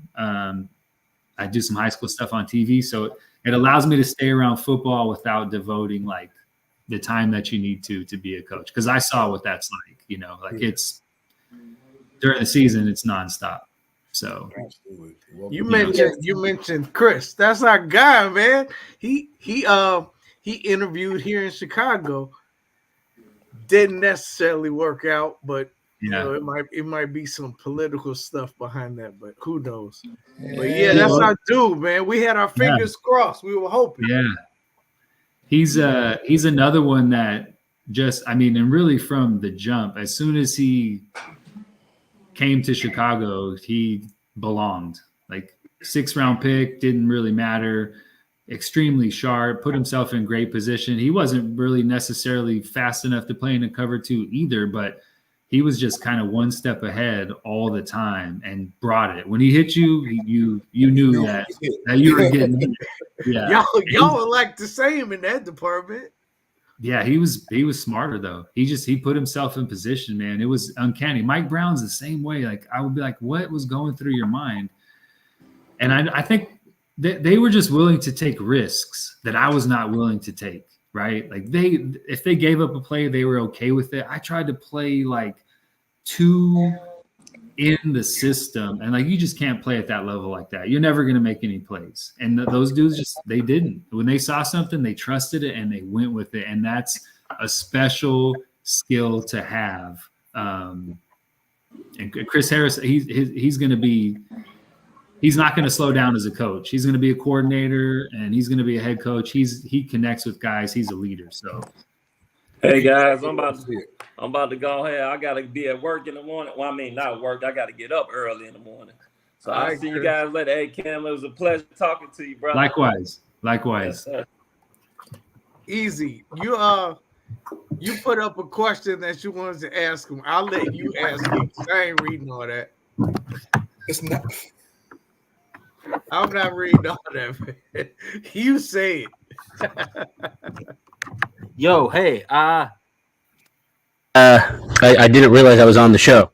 Anyway, okay, what was I talking about? Yeah, Cam. So when I was making your reel, I saw that it said you had a tackle for loss in 2003, Week 15 against the Vikings, which is a game that I've been looking for a long time. I haven't found the whole thing, but it's not recorded in the game log. When you look at like TFL, like when you go through the play-by-play, it's not there.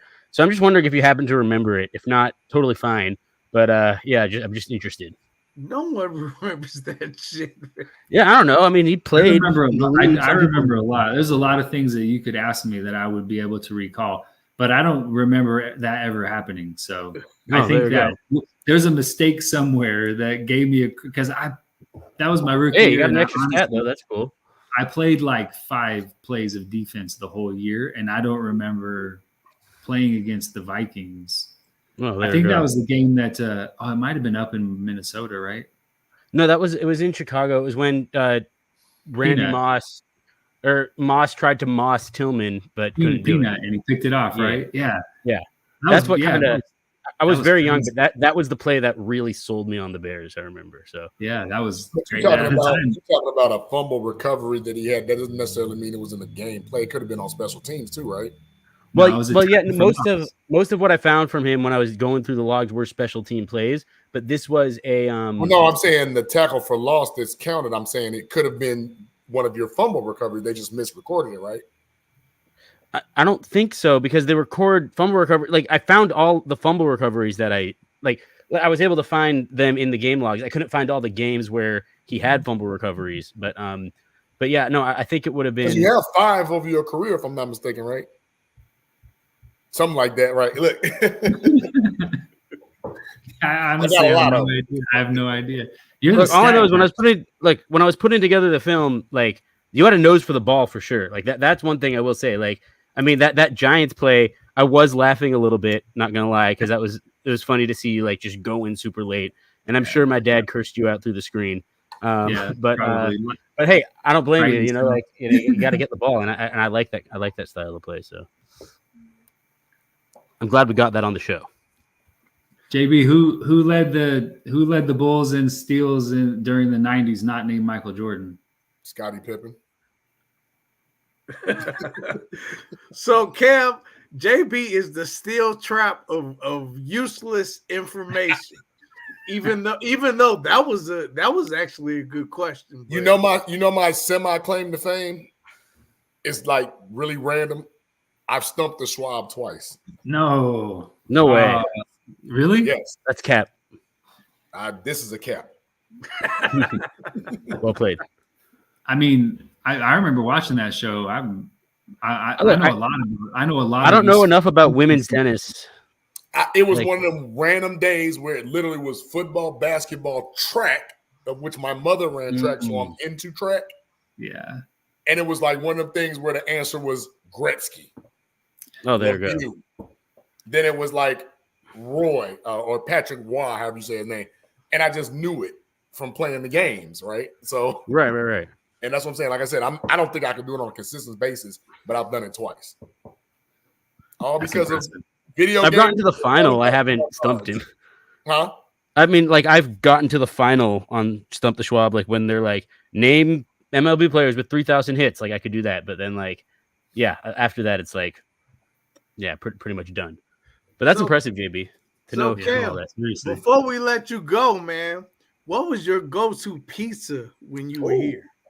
Chicago. Because California pizza is different. It's much different.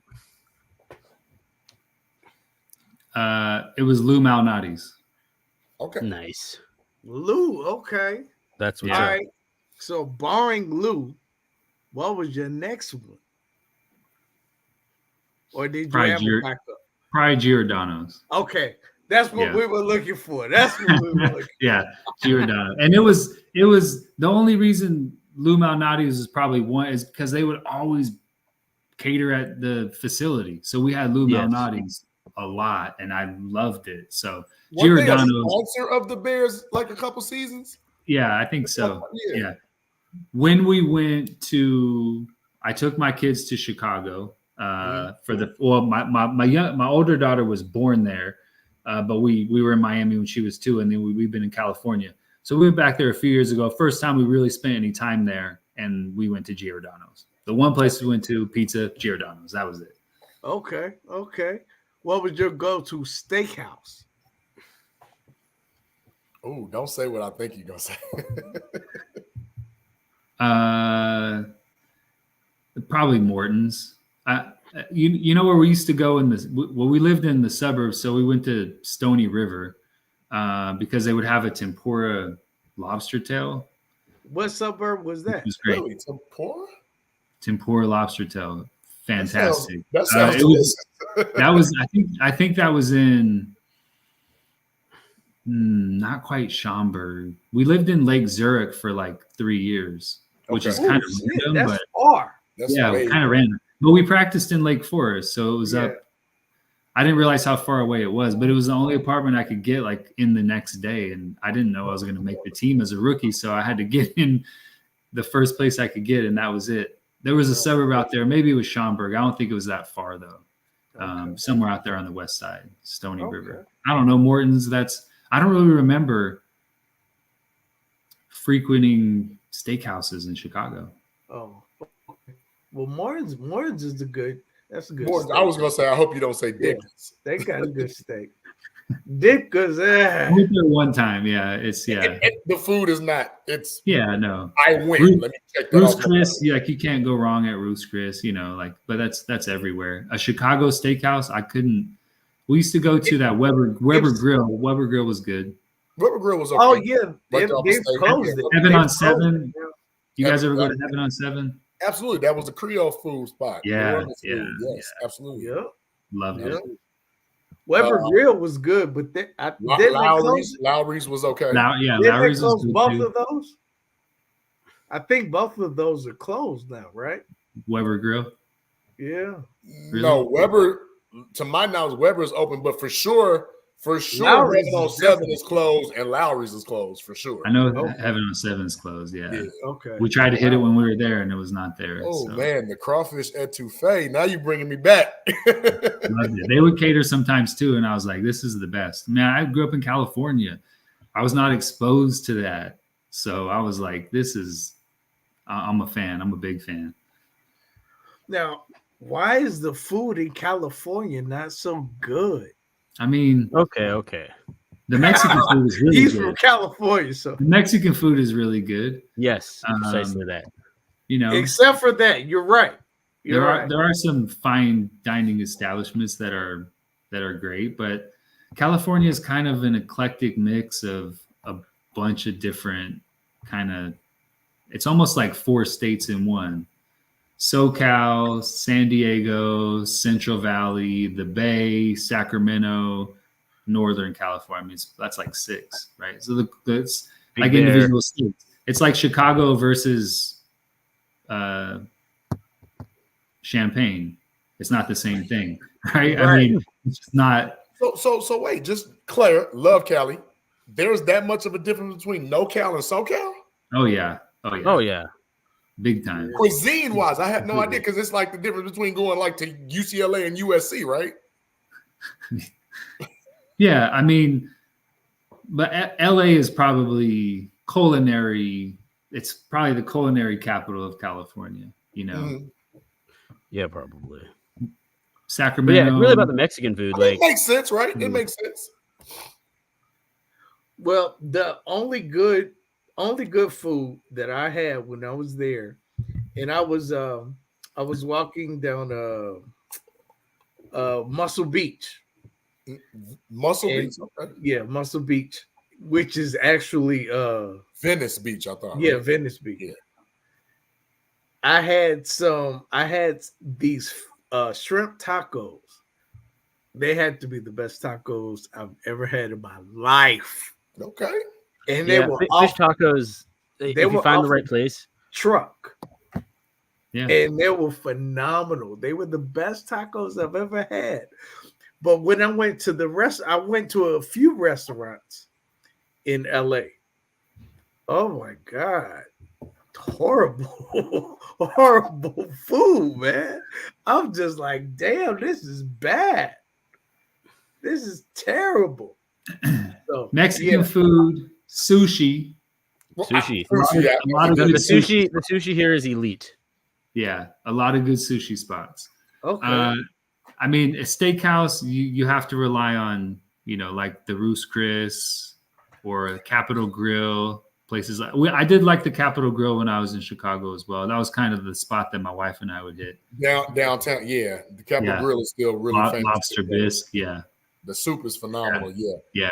Yeah, But so we would hit that. because when I was in LA, like of course the trendy places, you go to In-N-Out Burgers, you go to not In-N-Out Burger, what's it called? Fat Burger. In-N-Out. In-N-Out. In-N-Out. You're right about that. It's In-N-Out. Okay, you go to Roscoe's, right? Yeah. We were looking at, I think it's called Ming's Chinese Theater, and we ended up going to some place called the Brown Derby. I don't even know if that's still like around. You ever heard of the Brown Derby? I don't know what that is. Yeah, it's like I'm talking. This had to be like 20 years ago. So, but California was not, and then the portions were small. So, yeah, if you're comparing California to Chicago, two different portion sizes for sure. Yeah, the South totally different. Sukasa Vernon Hills. Sukasa sushi spot, outstanding. Vernon Hill, okay. Vernon Hills, yeah.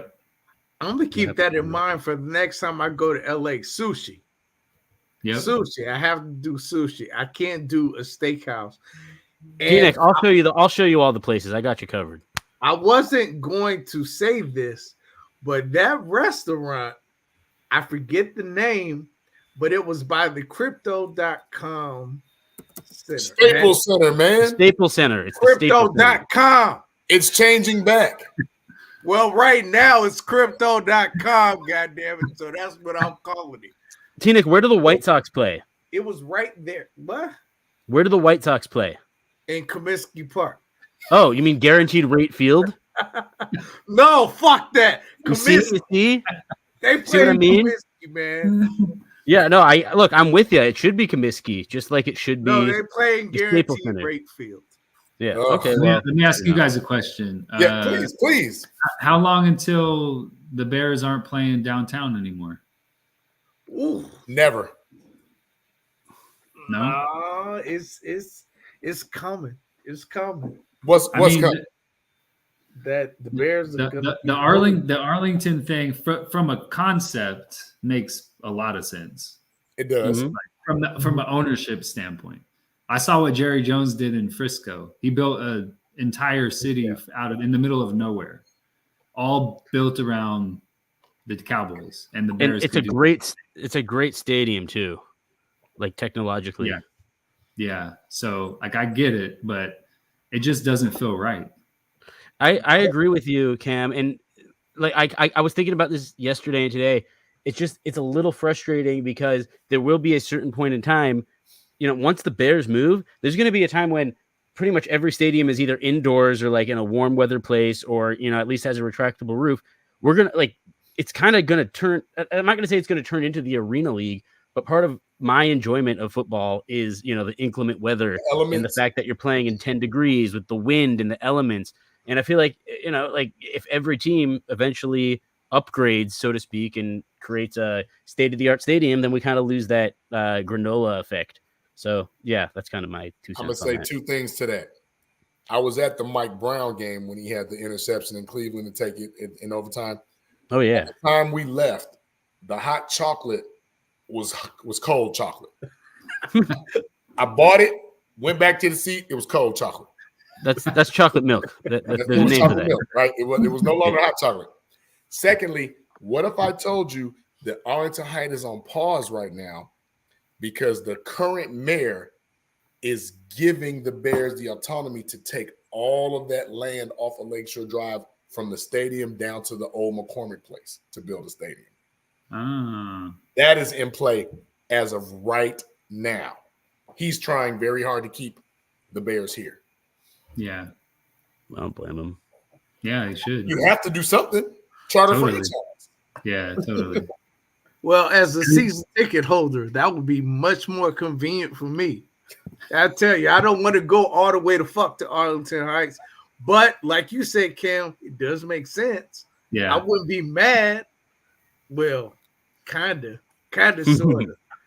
It's, Soldier Field probably isn't the long-term answer, but if you could do something else, I saw a rendering of a stadium downtown, maybe in the area JB's talking about. That's exactly what they're talking about. Fantastic. Where they used to do the old shoot the bull 3-on-3. Yeah. It's plenty of space. Do that, yeah. I think they should just go back to Wrigley. Just share it with the Cubs. Get your ass out of here. Well, Cam, once a year, just once a year. We don't want to take up too much more of your time, man. But we appreciate you coming on and chopping it up with us, man. And we definitely need to have you back around draft time. Yeah, this is a blast, man. Yeah, just let me know. Let me know. Yeah, man. You're the only one of us that knows shit. All of us, we don't know shit. I don't really know shit either. I just talk in a way that people think I do. So, and the glasses. But you were there. I'll tell you the glasses story next time. You guys it'll kind of blow your mind. Yeah. Okay. Yeah. Did not wear these when I played, and my eyes have not changed at all since my playing days. I'll tell you that story next time. Oh, that's a good shit. Okay. Something to look forward to. I like that. Something to look forward to. Okay. Well, we appreciate you, Cam. Yeah. Thank you for taking the time, man. Yeah, likewise. Okay. Man. Had a blast. See you in a couple months. We did too. All right, we'll holler at you. Later. Thank you, Cam. JF1 all day. Yeah, all day, every day. All right. All right, man. I love it. See you, fellas. Yep. Nice guy. Man, that was awesome dude, man. Awesome dude. And he was that hard-hitting, heat-seeking missile. I wish he would have gotten more of an opportunity at safety, but we had dudes. So he was like, shit, I need to go where they don't have no dudes. And you're not mad at that. And that's why I said we are good at scouting certain sides or positions. Uh-huh. Cameron Worrell was going to be a start, like in Miami. He was going to be a starter anywhere else. Right. So we had to go. Yeah. How is it, JB? Maybe you have an answer for this, but how is it that the Bears are so good at getting certain positions right, like linebacker, safety? I feel like cornerback they've had success, running back even to an extent. Like, is it like what did you say? Lineage. That's all they focus on. But meaning like do they have the same scouts or scouting departments in place that have like scouted everyone from Brian Urlacher all the way down to Edmonds? Although that might not be the best example, but like But it's a solid example because now you're talking about the difference between actually scouting and then acquiring a fit. Right. So if you go back all the way to Papa Bear, where he was doing his own scouting, right? Then when you bring people around you, you try to have people around you that have like-mindedness. That's how it worked back in the day because you want to sustained success at a certain area. That's why you had that lineage of linebackers, how we had as far as Singletary and Butkus and all that, right? Give you a little insight about Urlacher, right? When Urlacher was drafted, Urlacher was a strong safety who returned kicks or punches, right. When Urlacher first got here, he was on the weak side, right? Barry Minter, look it up. Barry Minter. Oh, the name sounds familiar. Barry Minter was your starting middle linebacker. Brian Urlacher actually struggled as a weak side linebacker. When Barry Minter got hurt, Brian moved to the middle linebacker position, and that's when he took off. Huh. Well, there you go. So that was a great personnel decision for sure. Like it was, but again, we're talking about somebody that was drafted to play a position because again, how many people have the size to go from strong safety to linebacker? First of all, very few. Very few, right? Urlacher's unique in that sense, for sure. He's definitely one of one. Yeah. I can't think of another off the top of my head. Mind to say, well, he's struggling here, but you put him in middle. Now he's Hall of Fame worthy. That's what I'm saying. Like, we don't currently have that anymore because in the most recent history, name me one can't miss player, not that we've acquired through free agency or trade. Name me one can't miss player that we've drafted and developed and kept. Well, what do you mean can't miss? Can't miss meaning he was a can't miss prospect? Can't miss prospect is according to draft stats. Well, usually like a can't miss prospect isn't one. Nobody. Right, Nobody. I'm trying to analyze the question a little bit because like usually a can't miss prospect is one that doesn't need that much development. Like they're going to be able to develop on their own. That's the trick. Name the one that we've had. I know we talked about this off the air last week, and I know we came up with one, but I can't remember which one. We came Devin Hester, I think. Well, no, because Devin Hester actually was drafted as a DB. Then they right, but you knew he was going to be a returner. We didn't know he was drafted as a cornerback. We didn't know he was going to be a returner. Or we didn't know he was going to play any wide receiver. No, I think we knew he was going to be a return. Like that's part of what he did in Miami. Knew that he was definitely. We didn't know that he was going to be what he was. Correct. Right. I'm trying to think. I mean, Charles Tillman, Peanut. No, was he a can't miss top draft pick? No, he was nobody. Oh, okay. You're saying like when have we actually? Okay, I see what you're saying. Yeah, no, we haven't really. I don't think that's ever happened. No, because we haven't done it in so long. Right. Walter Payton, I guess. Since 1975. No, I mean, no. That's not fair because when you draft the Jim Covert, Jimbo Covert, sure. When you draft the Otis Wilson, when you come back down and you draft in my opinion, personally, maybe not everybody else, but when you draft a Curtis Conway, who was one of the top receivers in that draft. Oh, I forgot about Curtis Conway. You feel me? Yeah. We don't have a track record of drafting that guy. Right. Even when he's available. Yeah, no, I mean, look, we passed up on so many, and we were this close in 2014 to getting Aaron Donald. You know, like it was right there, and we just Rams lost one more game than us, I guess. But yeah, you're right. I mean, like we really haven't gotten. Now we've had some good draft classes, particularly 1983 with Mike Richardson, Dave Dewerson, Thayer, Willie Galt. Like that's you've had some good classes. But look how far you had to go, and that's when the draft had 12, 14, 15 rounds. Right. But in the modern day, we don't pick up the Randy Moss. We don't pick up the Dante Culpepper. We draft Tim McClellan. We draft the Kevin White. Right. Ugh. You know what I'm saying? We draft the Rex. And I'm not even McNown. We draft Cade McNown. Like we don't Mitch Trubisky. That guy. And right now, arguably, people can say, yeah, Caleb is that guy.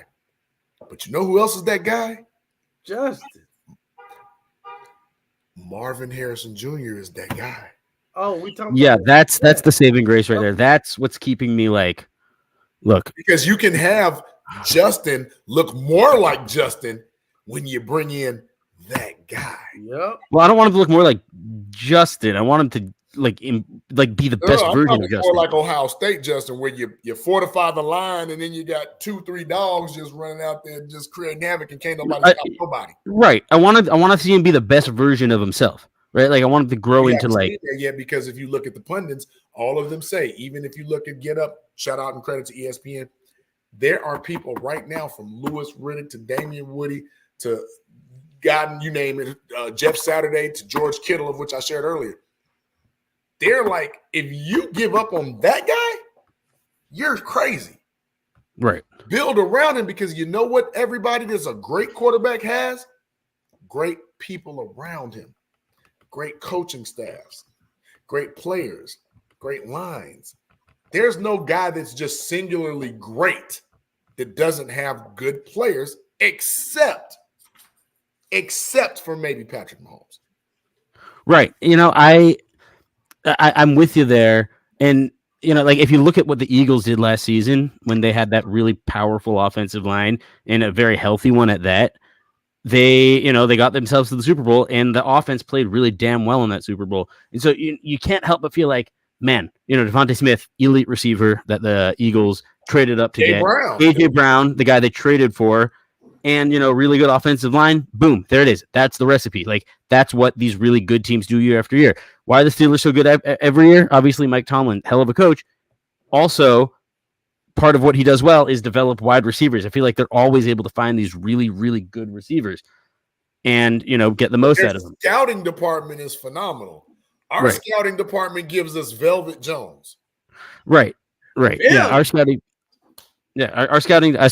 department sucks. Except when it comes to defense every now and then. But yeah, in general, it's been it's been a very shaky one, which is why do not think the room here. Like I definitely understand the appeal of going after, Marvin. I mean, and like I said last week, if he's even a fraction as good as his pops, like we're getting, he's going to be worth it. People are like, oh, is that at Peyton Manning? Yeah, I know. He had a great quarterback, Peyton Manning. But have you seen, like, watch the routes Marvin Harrison used to run. Watch his ball skills. He was different. Balls Peyton Manning threw and Marvin Harrison adjusted and went and made magic. Like, yeah, Peyton Manning wasn't perfect at all. Like he had a lot of this on it. Yeah. Oh yeah. No, I mean, and his son's bigger too, so that's also, definitely appealing. That's why I say again, when we promote our draft show, I would like some so-called insiders. Maybe we can get Herb Howard in here, whatever. But you cannot tell me that if you have a Shane Waldron type coach who did, let's be honest, Geno was on his way out the league. Yeah, pretty much. Or is a career backup. Shane did something, lit something in Geno. And to me, Justin is a way better quarterback. Not just athlete, because Geno was never the run first guy, right? That couple together could be magical if you put the right pieces around them. If you just draft Caleb, now you're losing those extra draft picks that we won't get. And now it's just Caleb and maybe Rome if he's still there. Right. Well, and again, but as someone who definitely sees both sides, I also see the appeal of that because I know Caleb, like if he is as good as advertised, then he's going to be that guy who could bring up the talent around him. And, he's one of those guys who could bring out. However, you see what Patrick Mahomes did when he didn't have an offensive line in the Super Bowl? He still average. Yeah, but he still had to get to the Super Bowl. I'm saying his lineman got hurt and he didn't have 3 stars. Did his lineman get hurt in the AFC Championship? Correct. So, right. No, one of them was hurt before, and I think 2 of them got hurt during. But my point is, I still think our line now is better than the Chiefs' line was in that game. That was the worst offensive line I've ever. That was pretty bad. Come on, that was pretty bad. We're not that great with the passing pass blocking anyway. We're better run blocking. We're not better at pass blocking. Ain't that the truth? But my point being is, you have a chance to say, well, let me get a generational quarterback.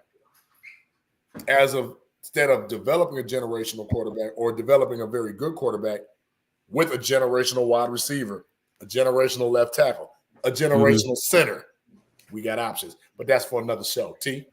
Right. So I wanted to do a little something different this time. We didn't pay any bills early. Oh. So I want to do that, and then we just go right in the shout-outs. So let's do it. Listen, shout out to my man Terrence from Chicago's Clubhouse podcast, from the Moore's Brewing Company here in Chicago, Illinois. All right, we got bros out here putting out this for the Moors. It's tasty. I didn't even have to come on here lying about this. All right, this tastes like what I like when I drink a beer. I don't drink a beer often because I'm too big and I need to stay off of carbonated drinks. But this is the carbonated drink you need to open up and crack and take a sip. All right, if you want to come out of the dark ages, be educated. All right, get you some of this Moore's brew right here. It's definitely tasty. You can get it in Kimbark and High Park. Whoa. I thought we were a team. Where's Mines? And when are we getting in Tempe, Arizona? I guess we're going to have to find out, man. But anybody out there, for here from Chicago, go to Kimbark and pick you up some Moors.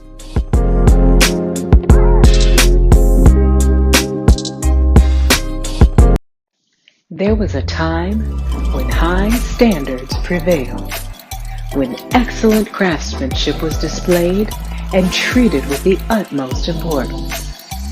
Acquire the crisp, refreshing taste of Moore's beer. Moore's beer. Raise your standards.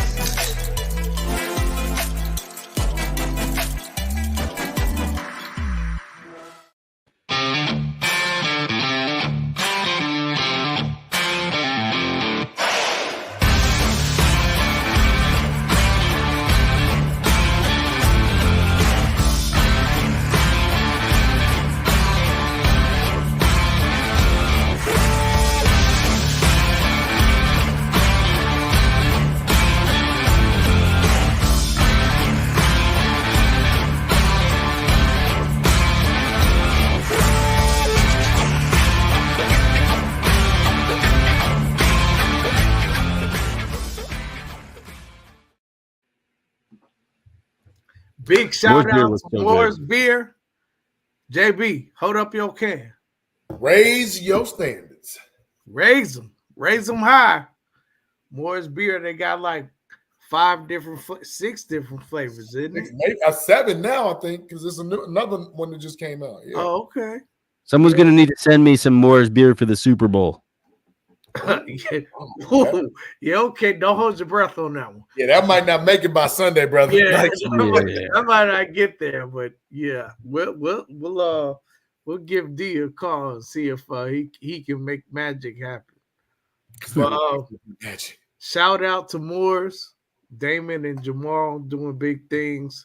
If you haven't gotten your Moores, make sure you get some for the Super Bowl, and post your pictures and all of that up here on the Facebook group. If you haven't joined the Facebook group, make sure you join it and then post your picture with your Moore's beer. We might have something for you.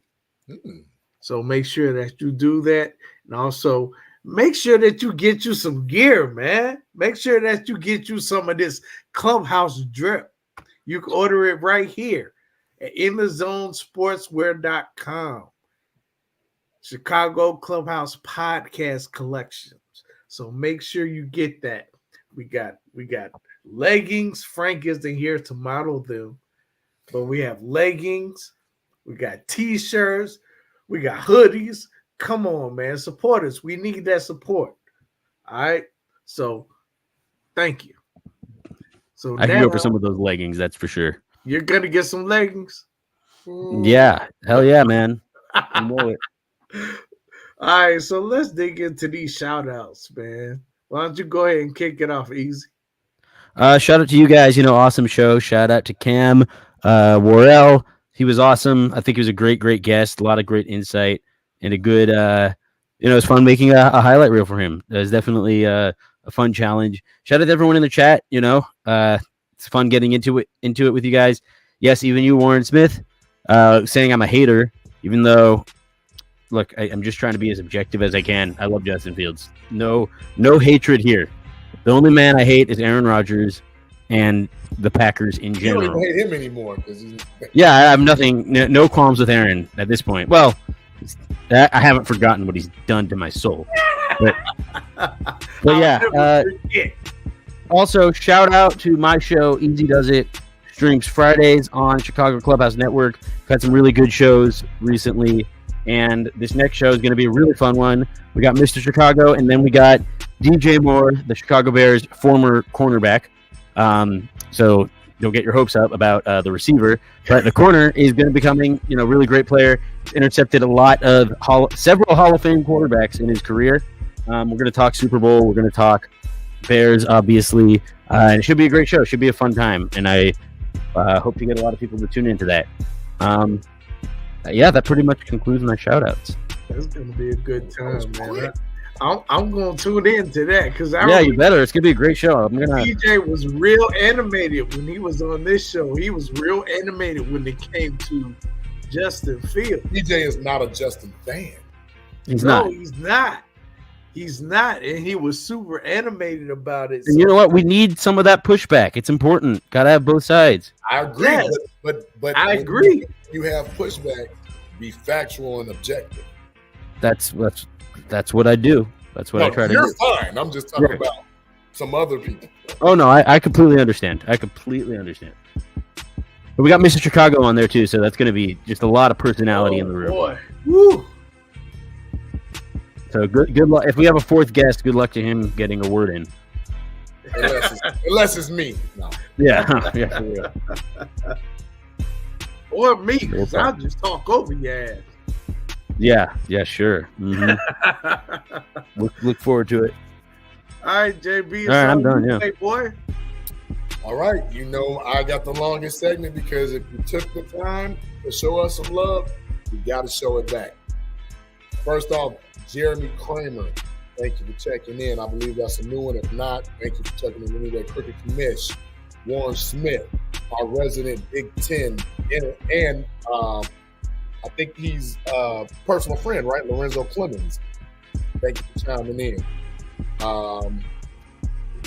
Rajneesh Omar been chiming in a lot lately. Thank you, Rajneesh. If I'm saying that incorrectly, I apologize.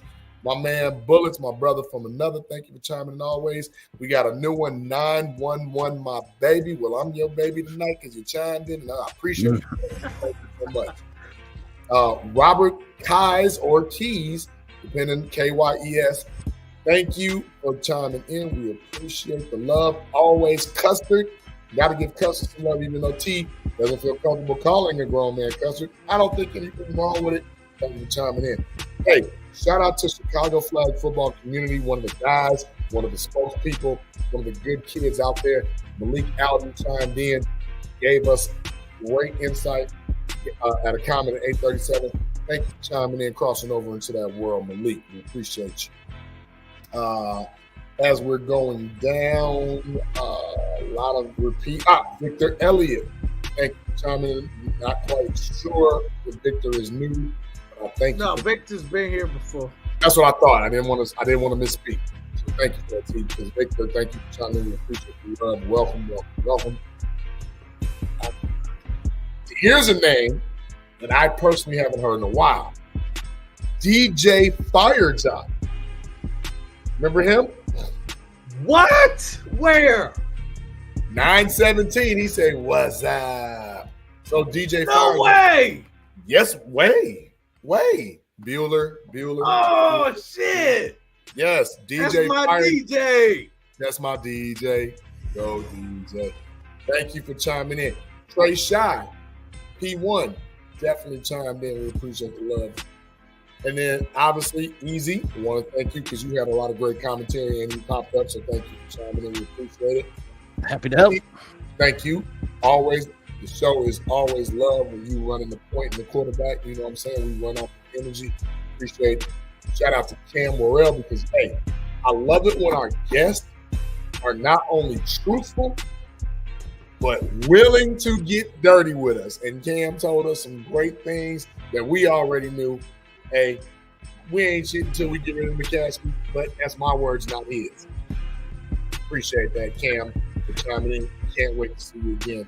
That was a great interview with that brother. And then, as always, shout out to any family and friends that I have watching in the back because I know some of them have some cousins chiming in and texting me on the phone. Appreciate them chiming in. Shout out to SB as always. Shout out to my mom because if we only got one person watching, more affectionately known as Miss Sandra on the pod. Thank you. And I appreciate shout out to Crazy because Crazy did, after like a 22-hour drive, came in, took the time out, jumped on, said what he had to say, gave us a little bit of time. Shout out to our one of our podcast members, producer / innovator / algorithm guru. Shout out to Crazy. And then again, I'm a backtrack. Shout out to moms. That's all I got. Okay, well, I'm gonna try to keep mine as brief as I can. First, I want to shout out Cameron for taking the time to chop it up with us, man. It was a lot of fun. It was definitely enlightening. As JB said, he was willing to go ahead and get down and dirty with us when we wanted to know certain things. He said it. So if you are only catching the end of this, go rewatch it. Rewatch it. It's worth it. Actually, all the episodes are worth it. But this is definitely worth it. You want to hear what Cam had to say. It was a lot of fun. Secondly, I'm thanking everybody in the chat. I'm not going to individually say it because that would take all day. Chat was lit. But I definitely want to show some love to everybody in the chat, even if you did not say anything. However, if you did not say anything, you are officially a lurker. L for love. Good times. Yes, you are a lurker. But we appreciate lurkers too because you put up with our foolishness, you watch the podcast, so we thank you for it. Also, I want to shout out my girl, Jalene. who was over in the Philippines. She had a Super Bowl premonition that it was going to be the Lions versus the Chiefs. Unfortunately, that didn't happen. She was half right. The Chiefs are going, but the Lions are not. And we're not sorry about that. Fuck them. But we don't hate them as much as we hate Green Bay. We don't hate them as much as we hate Green Bay. We hate Green Bay with a passion. But shout out to Jolene. She just commented, so I'll give you half credit. What'd you say, Hi, Devin? Jolene. Hi, Jolene. She just commented, so she did? Yes. Oh shit. Okay, cool. Who else do I want to shout out? Oh, make sure you check out tomorrow. She said what she said is back. On Wednesdays, they have a new co-host, Phaedra. So yeah, make sure you check that out. They're gonna have a great guest tomorrow. I forgot what her name is, but I did see the plug for it. So make sure you check that out. Also, on Friday, as Easy said earlier, make sure you check out his show, Easy Does It. They're going to have some personalities and opinions on that show. Oh my God. Oh boy. Oh, you know it. I can't wait. I can't wait. I'm hyped. I cannot wait to see. It's going to be a shouting fest. Just people shouting at each other. But no, I mean, these guys really know what they're talking about to not know shit. So it's going to be a lot of fun. So make sure that you tune in for that. Again, I feel like you missed one, T. Last week we spoke about, and the gentleman had said something in the chat about it. We spoke, not a sponsor yet, but we spoke about something they were doing. Oh, you're talking about Israel Donajay? No, Signature? But we can speak about Signature, but it was something else that you spoke of last week, something that somebody had going on in a positive light. I can't I know what you're talking about. You're talking about the organizations in the neighborhoods that are helping these kids, and these are actually kids in high school. They're taking these kids and they are putting them on the football field. Yes, that organization. What was that name? Because the gentleman did respond. That was Victor. That was Victor. Vic Elliott. Okay. Yeah. That was Field Demons. We got to shout out Field Demons. Field Demons. Yes. Field Demons. And there's another organization they were teaming up with. The name slips my mind right now. But they're teaming up to put these kids on the football field, basically get them off the street, give them a chance to get into school. If they can't get into school for football, then, get the education.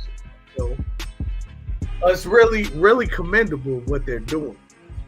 And we want to give them a shout out. And hopefully we'll get either Victor or his partner on and let them use the platform to catapult them as far as they can go. And possibly bring on one of the kids or two of the kids. Definitely. Yes. Love that in you. Yes, thank you. Shout out to Black History Month. Shout out to the Divine Nine. There it is. And also, I do want to shout out, since we mentioned it earlier, Israel Donajay has a restaurant called Signature. It's on 13th and Wabash. It's a cool little spot. If you're in Chicago, you should definitely check it out. Might be a nice little Valentine's Day dip. So we need to go there and speak with him again just to see if that's a possibility to run some shows, run some business, run some sponsorship. Yeah, we got to get you out, JB. We're going to have to drag you outside, man. A nerd, man. But yeah, me and Foulmouth talked to him, but we need all of us. All of us. Yeah, I want to talk to him. Well, you want him on the show. How you gonna talk to him? I want him on the show. They got planes and trains and cars, man. Hey, well, then get on the plane then. That's a good idea. I'm thinking about it. I'm trying to get up to Wrigley this year, so I'll let you know when I do. Yeah, I'll let you know. It'll be fun. It'll be a good time. Stay with me. Come on. Yeah, of course. Yeah, I'll let you know. I'll let you know. I got 5 on it. I got 5 on it. I think that's just about all my shout outs. I ain't got no more. I ain't got no more. That's it, man. Y'all got anything else you want to say? Vision, signature, Q, refined, more. Keep it coming. We did not really speak on the Super Bowl that is coming up. That's easy. What? How? Yeah, JB and I are in agreement here. Chiefs. It's gonna be the Chiefs. Yeah, I got the Chiefs by 2 scores, 10 points. Yeah, I think it's got to be the Chiefs, man. I think it's got to be. It's destined. The 49ers put up a good fight. Mahomes. But I think it's I'm not picking against Patty. I think it's Mahomes. But you got to have vision. Where did that come from? Oh, I don't know. No idea. Is Frank backstage somewhere? Who could have done it? It was me, guys. I did it. No. Sorry. No, I like it. It was right on time. Yeah, I felt like it worked because we have vision about the Super Bowl. We know what's going to happen. So there we go. Yeah. Okay. Yeah. Aside from that, man, I think we're just about done here, man. So, Lou Gessie got a job. Oh God. Lou Gessie got a job, man. Isn't that crazy? Pretty nuts. So how long before Devontae Adams asked to be traded to the Bears? Oh, I'll take him. Gonna ask to go somewhere because Lou gets. My God, man. My God, shit. I can't hate on the man too bad for getting a job. At least he's employed. I can. He ruined my. You got to decide whether you're a wolf or a sheep. I'm gonna be a penguin. That's a rooster. Give me a wolf. Give me a wolf. I got to work on my wolf. Oh, woo! This has been a Chicago Clubhouse Network production. Good night, Portugal. Good night.